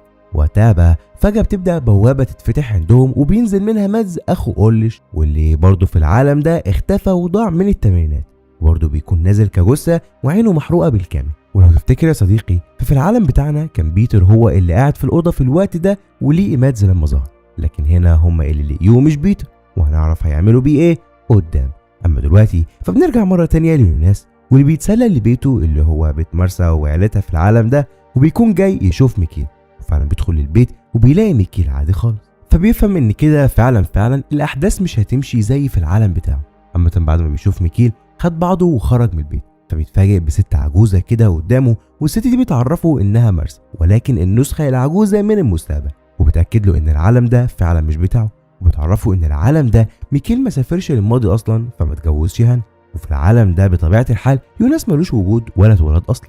ولكن بتعرفه مرسى العجوزة ان العالم ده برضه هيتدمر زي العالم بتاعه بالظبط، وتعرفه ان كل العوالم هتفضل تتدمر كده دايما زي العالم بتاعه، وكل ده بسببهم هما الاتنين، وتعرفه انها كانت مستنياه عشان يحاولوا يصلحوا كل ده. خليك يا صديقي فاكر كل الكلام ده لود. بنروح بقى ليوم 21 سبتمبر 1987، وبنشوف وقتها الثلاث اشخاص العجوز والشاب والطفل اللي شفناهم في اول الفيديو بيروحوا البيت بريند ابو هيجل لو تفتكروا، وبدون مقدمات وبدون سبب حرفيا بيخلصوا عليه. ودي للعلم الاول مره بنعرف فيها طريقه موت بريند، لكن مين دول وليه قتلوه هنعرف قدام. اما دلوقتي فبنروح لمرسى، برضو مرسى اللي هربت يوناس من العالم بتاعه. لو تفتكر في اخر مره شفناها فيها كانت لما سابت يوناس في الكهف واختفت فجاه عشان تروح لمكان كده. المكان ده يا سيدي هو بيت تين هاوس يوم 21 سبتمبر 1888. ثانيه واحده، مين تين هاوس ده؟ تين هاوس ده اسم العيله بتاعت عيله اتش، مؤلف كتاب رحله عبر الزمان لو تفتكر من الاجزاء اللي فاتت. المهم بتدخل مرسى للبيت فبتلاقي جوه في حد شغال على صنع آلة الزمن، وبيكون الشخص ده هو يوناس ولكن النسخه الكبيره، واللي بنعرف انه موجود في الزمن ده حاليا، وهنعرف ليه برضه قدام. المهم انه اول ما بيشوف مرسى بيعيط كتير جدا وبيقول لها مرسى انت لسه عايشه، انا مستنيكي من سنين طويله، وبيفضل يعيط. فبتقول له مرسى انا مش مرسى اللي تعرفها وبتحبها، لكني جايه عشان اساعدك، لازم انا وانت ندور على الاصل اللي بدأ كل العبث ده في العالم بتاعي وبتاعك، وهنفهم كل الكلام ده برضه اكتر يا صديقي قدام.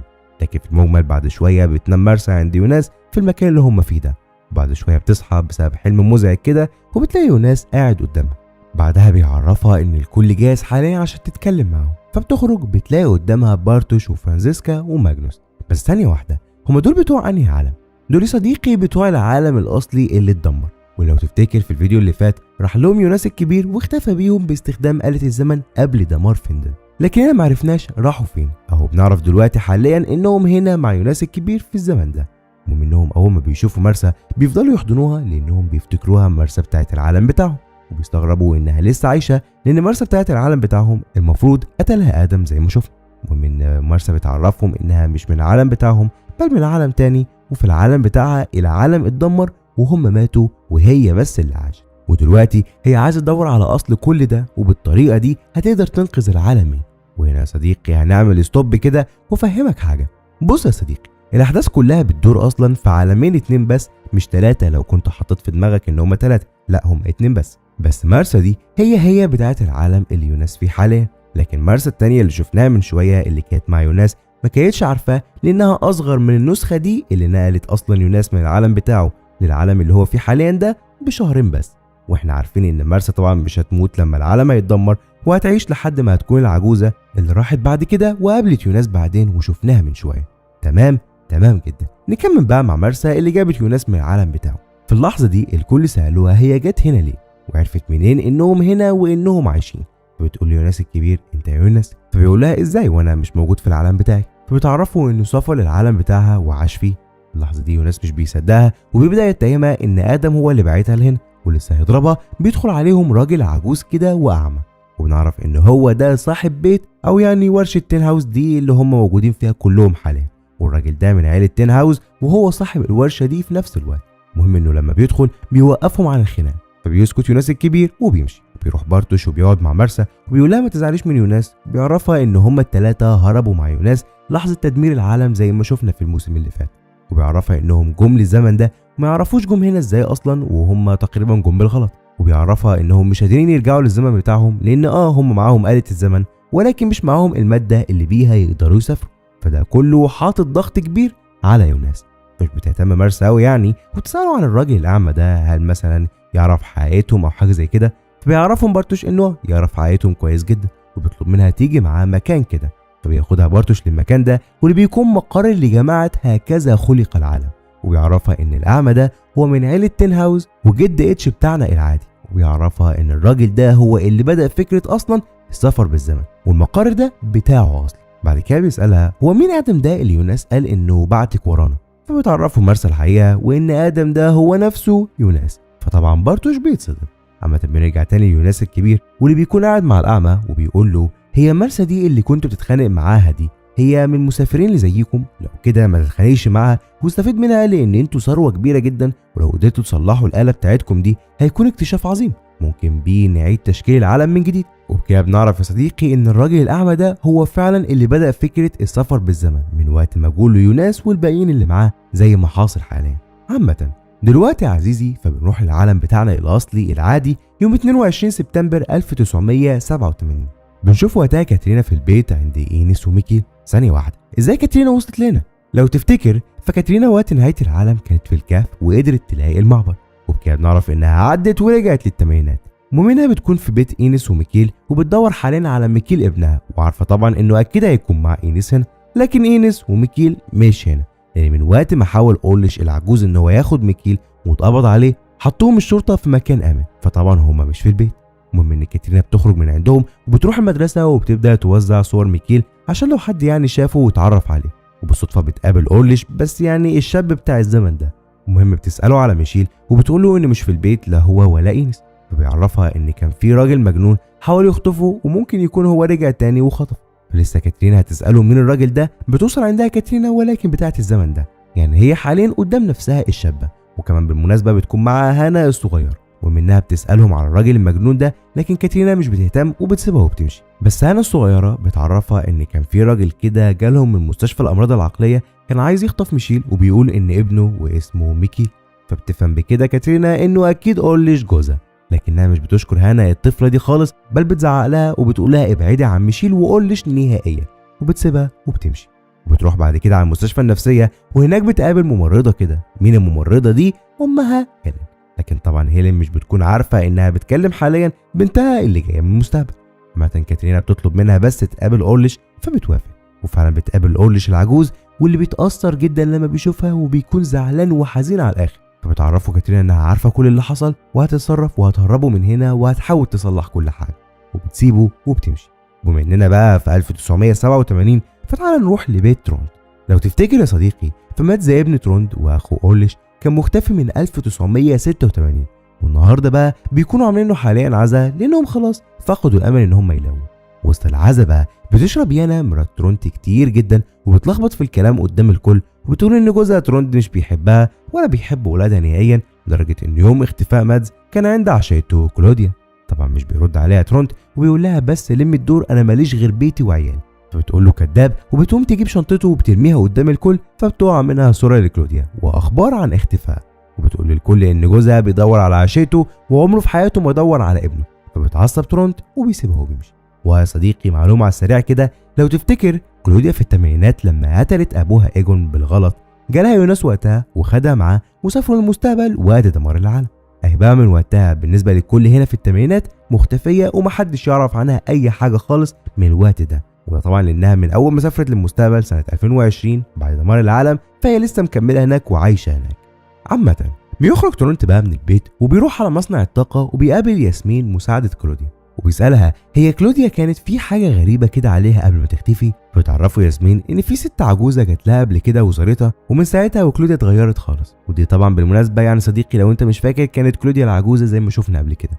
ومن تورنت مش بيفهم اي حاجه فبيسيبها وبيمشي. ولما بيسيبها بنشوف نفس الثلاث اشخاص العجوز والشاب والطفل بيدخلوا على ياسمين دي وبيقتلوها، ونعرفش برضه لسه بيعملوا كل ده ليه، ولكن كالعاده هنعرف قدام. بعد ما بصينا خلاص على الثمانينات، تعالى كده ناخد بعضينا ونروح لبعد دمار العالم في 22 سبتمبر 2020. بنشوف وقتها بقى الناس اللي نجوا من نهايه العالم في 27 يونيو 2020، واللي كان منهم بيتر وآلي بنته. المهم بقى ان بيتر وآلي حاليا بيروحوا على مكان كده عامله الجيش ومعلقين فيه كل صور الضحايا اللي ماتوا من الكارثه دي، وبيفضلوا يدوروا على صورة شارلوت أو فرانزيسكا، ولكن مش بيلاقوهم. وطبعا ده لأن فرانزيسكا حاليا في سنة 1888 زي ما شفنا، أما بقى شارلوت فهي في زمن تاني خالص هنعرفه قدام. عامة بعد ما مش بيعرفوا أي حاجة عنهم، بياخدوا بعضهم وبيروحوا لبيت أوليش وكاترينا عشان يدوروا فيه على أكل أو شرب أو أي حاجة، ويطلع بيتر يدور في الدور اللي فوق وبيسيب آلي لوحدها تحت. في الوقت ده بقى بيدخل عليهم نوح الشاب، واللي لو تفتكر برضو كان اتنقل من سنة 1921 في الموسم اللي فات للسنة بتاعت 2020، ودخل كمان الأوضة المحصنة فنجا من نهاية العالم اللي حصلت مع كل اللي نجوا. المهم ان نوح بيفضل يتكلم مع آلي دلوقتي، وبنشوف انهم بيعجبوا ببعض جدا. وطبعا نوح احنا عارفين في المستقبل المفروض انه اتجوز آلي بشكل ما وخلف منها شارلوت زي ما شفنا. بس يا سيدي بنعرف كده ان في الوقت ده كانت دي بداية قصة حبهم. المهم بقى ان بيتر بينزل عليهم وبيقول لنوح ابعد عن بنتي وما تقربش ليها تاني، وبيكون بيتر مش واثق خالص فيه لانه طبعا ما يعرفوش. بس نوح بيقول له ما تخافش، انا خايف على آلي اكتر منك وانا اللي هحميها لما انت تتقتل، وبيسيبه مصدوم وبيمشي. وكده بنعرف ان بيتر كده يتقتل، ونوح عرف كده لانه باختصار بيسافر بالزمن كتير وبيعرف كل حاجه بتحصل. بس ثانيه واحده يا صديقي، انت ما سالتش نفسك شارلوت بتاعت العالم ده فين؟ احب اقول لك ان شارلوت بتاعت العالم ده موجوده حاليا في سنه 2053 مع بنتها آلي الكبيره. ما هو لو تفتكر وقت دمار المدينه ونهايه العالم اتفتحت بوابه كده في الموسم اللي فات بين شارلوت وآلي، وبنعرف كده ان شارلوت عدت منها وعايشه مع آلي الكبيره حاليا في 2053. وكمان عارفه ان آلي هي امها وابوها نوح، ومصدقه الموضوع ده جدا جدا رغم انها مش فاهمه زينا بالظبط الكلام ده حصل ازاي. تعال بقى نسيبها دلوقتي خالص ونروح لكلوديا. لو تفتكر فهي وريجينا نجوا لما دخلوا الاوضه المحصنه، فدلوقتي بنشوف ريجينا ولكن وهي مريضه جدا جدا بسبب السرطان، فبتطمن كلوديا عليها وبتسيبها وبتوعدها ترجع لها في اسرع وقت. وقتها راحت كلوديا لمصنع الطاقه، واللي طبعا بعد التدمير بقى عباره عن مكان مهجور ومتدمر. الفكره هنا هي ان كلوديا بتكون في المصنع بتحاول تشتغل على آلة السفر بالزمن، وبتسجل تسجيلات كتيره جدا كده بتقول فيها كل تجاربها وبتشرح فيها كل حاجه عن آلة الزمن والسفر بالزمن وكل الكلام ده. ودي للعلم لو انت مش واخد لبالك قوي، فدي هي التسجيلات اللي لو تفتكر ليها يوناس في المستقبل سنه 2053 وكان شغال منها وقدر يشغل آلة الزمن. المهم بقى بنسيب كلوديا شغاله دلوقتي ونروح لترونت العجوز، واللي بنكتشف انه نجا من ضمن اللي نجوا في نهايه العالم. لكن الغريب بقى ان ترونت بيروح لريجينا وهي على سريرها ومريضه جدا، وبيعتذر لها وبيقول لها لازم اقتلك لانها قالت لي ان ده الحل الوحيد عشان تعيش. وهوب بيسحب مخده وبيكتم نفسها وبتموت. وبنفهم بكده ان في حد هو اللي قال لترونت يقتلها لان دي الطريقه الوحيده اللي هتقدر تعيش بيها، واكيد الحد ده هي كلوديا، لكن ما نعرفش انهي نسخه فيهم. بس بشكل ما اكيد كلوديا اكتشفت انها لما تقتل بنتها هتقدر تخليها تعيش. ازاي هتعمل كده ما نعرفش. عامه بنسيب بقى العالم ده كله وبنروح للعالم التاني واللي لسه يوناس فيه مع مرسى العجوزه. مرسى بتبدا تتكلم وبتعرفه ان كل حاجه بتحصل في العالم بتاعه حصلت في العالم هنا برضه، ولكن باشكال مختلفه زي ما اكيد هو شاف، بس النتيجه واحده وهي ان العالم ده هيتدمر في النهايه هو كمان. وتعرفوا ان النهايه في العالم ده اقرب بكتير من العالم بتاعه لانها هتحصل بعد 3 ايام بس، يعني في 7 نوفمبر 2019. مرسى بتكمل وبتعرفوا كمان انها تقدر تنقذ العالم ولكن لازم يساعدها عشان تقدر تعمل ده. وبتعرفوا كمان ان هي وهو يعتبروا اساس العالمين دول، وانهم لازم يتقابلوا ويتعرفوا على بعض ويحبوا بعض كمان، وكل الكلام ده عشان العالمين يكونوا بخير. ولكن آدم أو النسخة بتاعت يوناس المستقبلية بتحاول تمنعهم يعملوا ده عشان يقدر هو يدمر العالمين كلهم. عامة بعد كده بتطلب منه يروح لمرسى اللي عايشة حاليا في الوقت ده في العالم ده، ويبدأوا يقربوا لبعض أكتر ويتجوزوا، لأن ده اللي المفروض يحصل ويجوز على فكرة لأنهم أصلا مش قريب في العالم ده. وبتطلب منه حاجة كده هنعرفها قدام، وبيسيبها وبيمشي. وبما إننا بقى في العالم ده فتعالى نروح لأوليش. طبعا زي ما قلت لك إنهم لقيوا جثة مادز، فحاليا أوليش بيدور في الموضوع. المهم بقى ان اوليش بيقف يقول للظباط يعملوا ايه وكده عشان يوصلوا الحقيقه، لكنه مش بيقدر يتمالك نفسه وبيبدا يعيط من التاثر، لان طبعا الجثه دي بتاعت اخوه في الاول والاخر. فبتهديه شويه شارلوت وبتاخده المكان كده يتكلموا فيه. وقتها بقى بيفضل اورليش يعيط كتير جدا وبيطلب منها تبعد عنه لانه مع كل اللي حصل ده مش عايز يكون خاين تاني. فمش بتقول له شارلوت اي حاجه وبتسيبه وبتمشي. وبعد شويه بقى بتوصل هانا للاسم لانها بتكون جايه لاورليش، فبتقابلها شارلوت وبتعرفها انه مشى. بس هانا مش بتهتم باورليش اصلا، بل بتهتم بشارلوت وبتاخد بالها ان شعر شارلوت شبه الشعر بالظبط اللي لقيته على لبس اورليش، فبتفهم كده ان دي اللي اورليش بيخونها معاه. لكنها طبعا مش بتقول لها اي حاجه وبتمشي.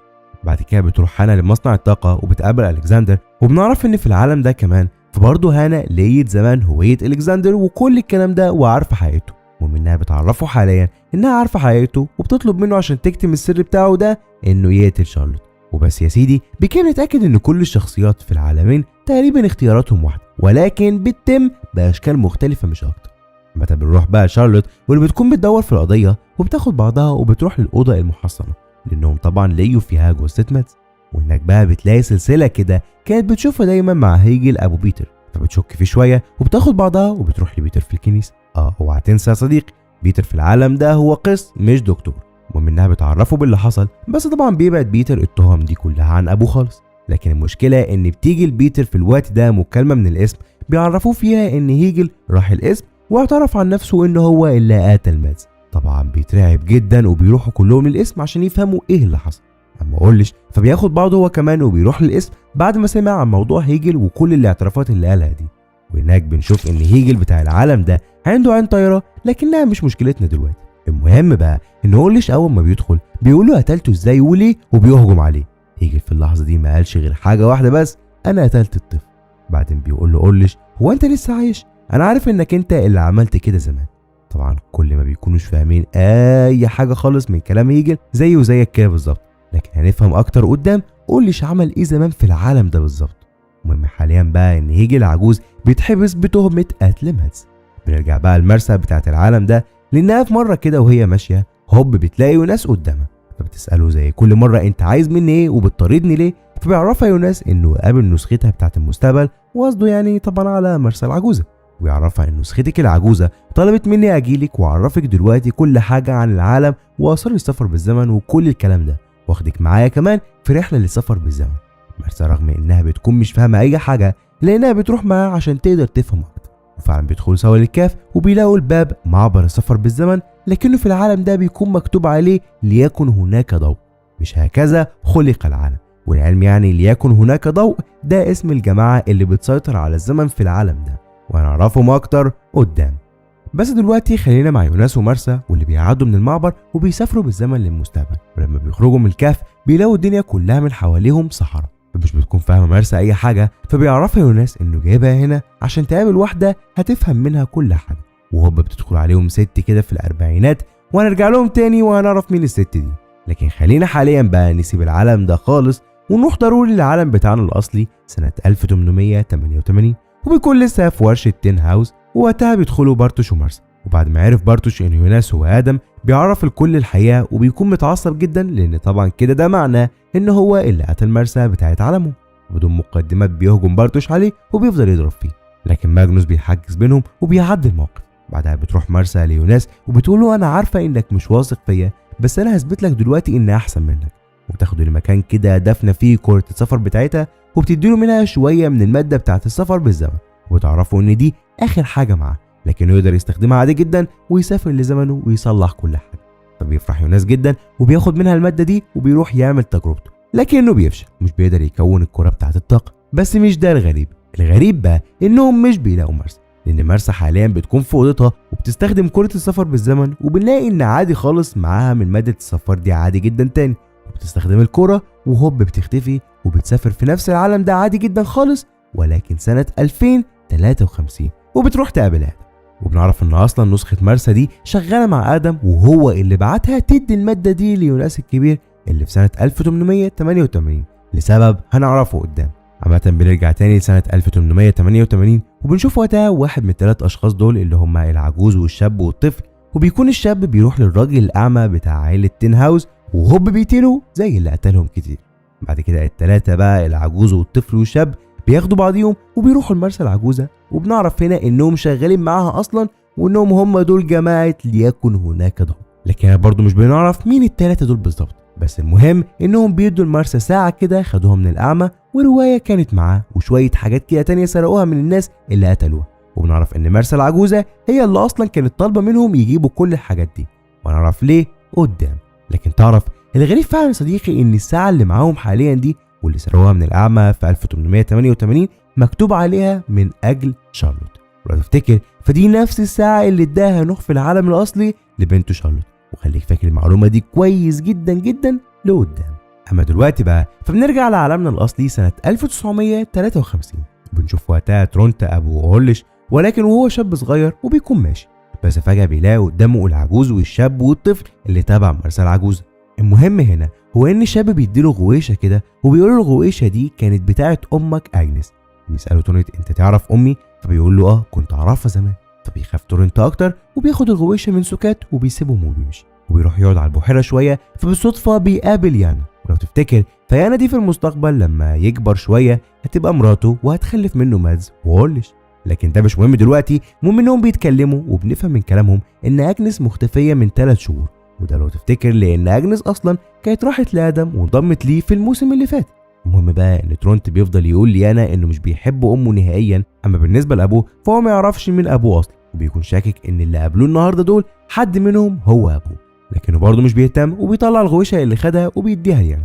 فبتتبسط جدا، وبعد شويه بتوصل عندهم كلوديا واللي بطبيعه الحال كانت طفله زيهم، وبتشوفهم مع بعض فبتغير شويه على ترونت وبتقول له يلا نروح وبتاخده وبتمشي. في نفس الوقت ده بقى برضه في سنه 1953 بنروح لهانا. هانا يا صديقي، ما تنساش ان هانا بتاعت العالم الاصلي بتاعنا اخر مره كانت انتقلت للماضي وانتقلت لنفس الزمان ده. تفتكر برضه فهي قابلت ايجون ابو كلوديا واللي كان لسه ظابط في الاسم في الوقت ده. المهم بقى انهم دلوقتي بيكونوا مع بعض من فتره طويله جدا، وبنعرف كمان انهم بيحبوا بعض وبيتقابلوا كتير جدا بقالهم مده من وقت اصلا ما قابلها في الموسم اللي فات. في الوقت ده بيديها ايجون سلسله هديه، والعلم يعني دي نفس السلسله اللي شفنا يوناس ومارسا ليوها بعد كده في 2019 زي ما شفنا الموسم اللي فات. المهم بقى ان ايجون بيديها السلسله وبيسيبها وبيروح على الاسم، وهناك بتجيله مراته دوريس وبتساله وصل لحاجه في موضوع اجنس، فبيعرفوا ان موصلش الحاجه فبتسيبه وبتروح للكنيسه تدعي وتصلي عشان اجنس ترجع لانها بتحبها جدا. فلما بتروح الكنيسه بتلاقي هناك الثلاثه، العجوز والشاب والطفل، واللي بيبداوا يلعبوا في دماغها كتير جدا ويعرفوها ان ايجون بيخونها، فبتسيبهم والشك جواها وبتمشي. وبنرجع لهانا واللي بتروح للدكتور تكشف لانها حاسه انها تعبانه، فلما بتكشف بتعرف انها حامل من ايجون، فعلى طول بتروح لايجون في الاسم وبتعرفه انها حامل، فبتصدم وبيقول لها اضمن منين ان هو ابني، فبتتعصب عليه وبتمشي. فبيروح لها البيت وهناك بيعرفها انه مش هيقدر يحتفظ حاليا بالطفل ده، وبيسيب لها فلوس وعنوان دكتوره كده تنزل عندها الطفل، وبيسيبها وبيمشي. بتكون هانا حزينه جدا وبتاخد بعضها وبتروح للدكتوره، وهناك بالصدفه بتقابل بنت صغيره مستنيه دورها زيها بالظبط. بتتكلم هانا معاها وبتسال البنت دي اسمك ايه، فبتعرفها البنت دي ان اسمها هيلين. مين بقى هيلين دي؟ هيلين دي المفروض انها لما تكبر شويه هتكون هي ام كاترينا. المهم ان هيلين بتسال هانا اسمك ايه، فبتعرفها هانا ان اسمها كاترينا. ولو انت مش مركز قوي يعني معايا يا صديقي، فانا عايز اقول لك ان من الموسم اللي فات هانا في الزمن ده اصلا مسميه نفسها كاترينا. الفكره بقى ان هيلين بتعجب جدا بالاسم ده، وفي المستقبل يا صديقي احب اقول لك ان هيلين اصلا هتسمي بنتها كاترينا تيمنا بالاسم اللي اصلا هانا سرقها. عامه بتدخل بعد كده هيلين للدكتوره، اما هانا فبتقرر تمشي وما تدخلش للدكتوره نهائيا، لكنها قبل ما تمشي بتسيب السلسله اللي خدتها من ايجون على كرسي هيلين، وبتاخد شنطه آلة الزمن وبتمشي، وما نعرفش لسه هتسافر لاي زمن. في نفس الوقت ده بقى يا صديقي بنرجع مره تانية للعجوز والطفل والشاب، ولسه زي ما هما في سنه 1953، وبيروحوا لعمده المدينه وبيهددوه وبيخلوه بالعافيه يوافق على انشاء مصنع الطاقه لانه اصلا كان رافض. بعد كده بنروح لبريندا ابو هيجل، واللي بيلاقي فجاه كده ملف الموافقه على بناء المصنع قدام بيته. يعني باختصار الثلاثه دول اصلا هم سبب بناء المصنع في الاساس. تعال بقى نمشي من العالم ده خالص ونرجع ليوناس الشاب ومارسا بتاعت العالم التاني. لو تفتكر فهم راحوا للمستقبل في عالمهم وقابلوا ست كده، فحاليا بيكونوا مع الست دي واللي هي نسخه كبيره شويه من مارسا اصلا، وبتعرفهم انها النجاه الوحيده في العالم ده، لكنها بتعرفهم انهم يقدروا ينقذوا العالم قبل ما يتدمر لو قدروا بس يرجعوا لمصنع الطاقه ويمنعوا اي حد يحفر فيه في الوقت ده، وبكده العالم التاني ده مش هيتدمر. وبتقول كمان ليوناس انت العالم بتاعك اتدمر بس ممكن تنقذ العالم ده وتقدر تعيش فيه مع مارسا، ومارسا دي ما تختلفش حاجه نهائيا عن مارسا بتاعت العالم بتاعتك. وقتها بيقتنع يوناس جدا لانه بيحس ان اخيرا كل ده هيخلص نهائيا ويرتاح. وده على فكره رغم ان اصلا مرسى العجوزه قالت له قبل كده ان العالمين هيتدمروا لا محاله، بس مرسى دي يا صديقي بتعرفه ان مرسى العجوزه كدابه اصلا، فبيصدقها وبياخد مرسى الصغيره وبيمشوا. ولما بيمشوا بنكتشف ان نروح عند مرسى الكبيره دي، وبنكتشف كمان انهم بيعملوا كل ده عشان عايزين يوناس ومرسى الصغيره دي يكونوا سوا، وهنفهم ليه قدام.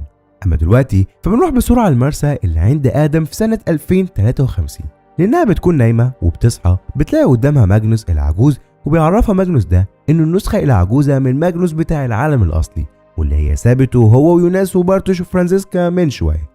ونعرف انها سابتهم وسابت لهم الماده دي عشان يفضلوا يشتغلوا عليها فتتكون في المستقبل كره الطاقه اللي بيستخدمها ادم حاليا، وبكده بنعرف ليه ادم بعتها وخلاها تسيب لهم اصلا الماده دي. عامة بعد ما بتخلص مرسى مع ماجنوس بتروح لادم واللي بيكون مع باقي جماعته وهم اجنس وسيليا. وسيليا دي يا صديقي يعني بالمناسبه هي البنت اللي كانت في المستقبل في سنه 2052 مع يوناس، وشافته لو تفتكر وهو بيسافر للماضي عشان ينقذ العالم بتاعه في الموسم اللي فات. وخليك فاكر ان سيليا دي حاليا في طرف ادم لاننا عايزينها جدا قدام. ومن دلوقتي بنعرف ان اجنس المفروض هتسافر لزمن معين تقوم بمهمه معينه، بيودعها وبتسافر اجنس فعلا.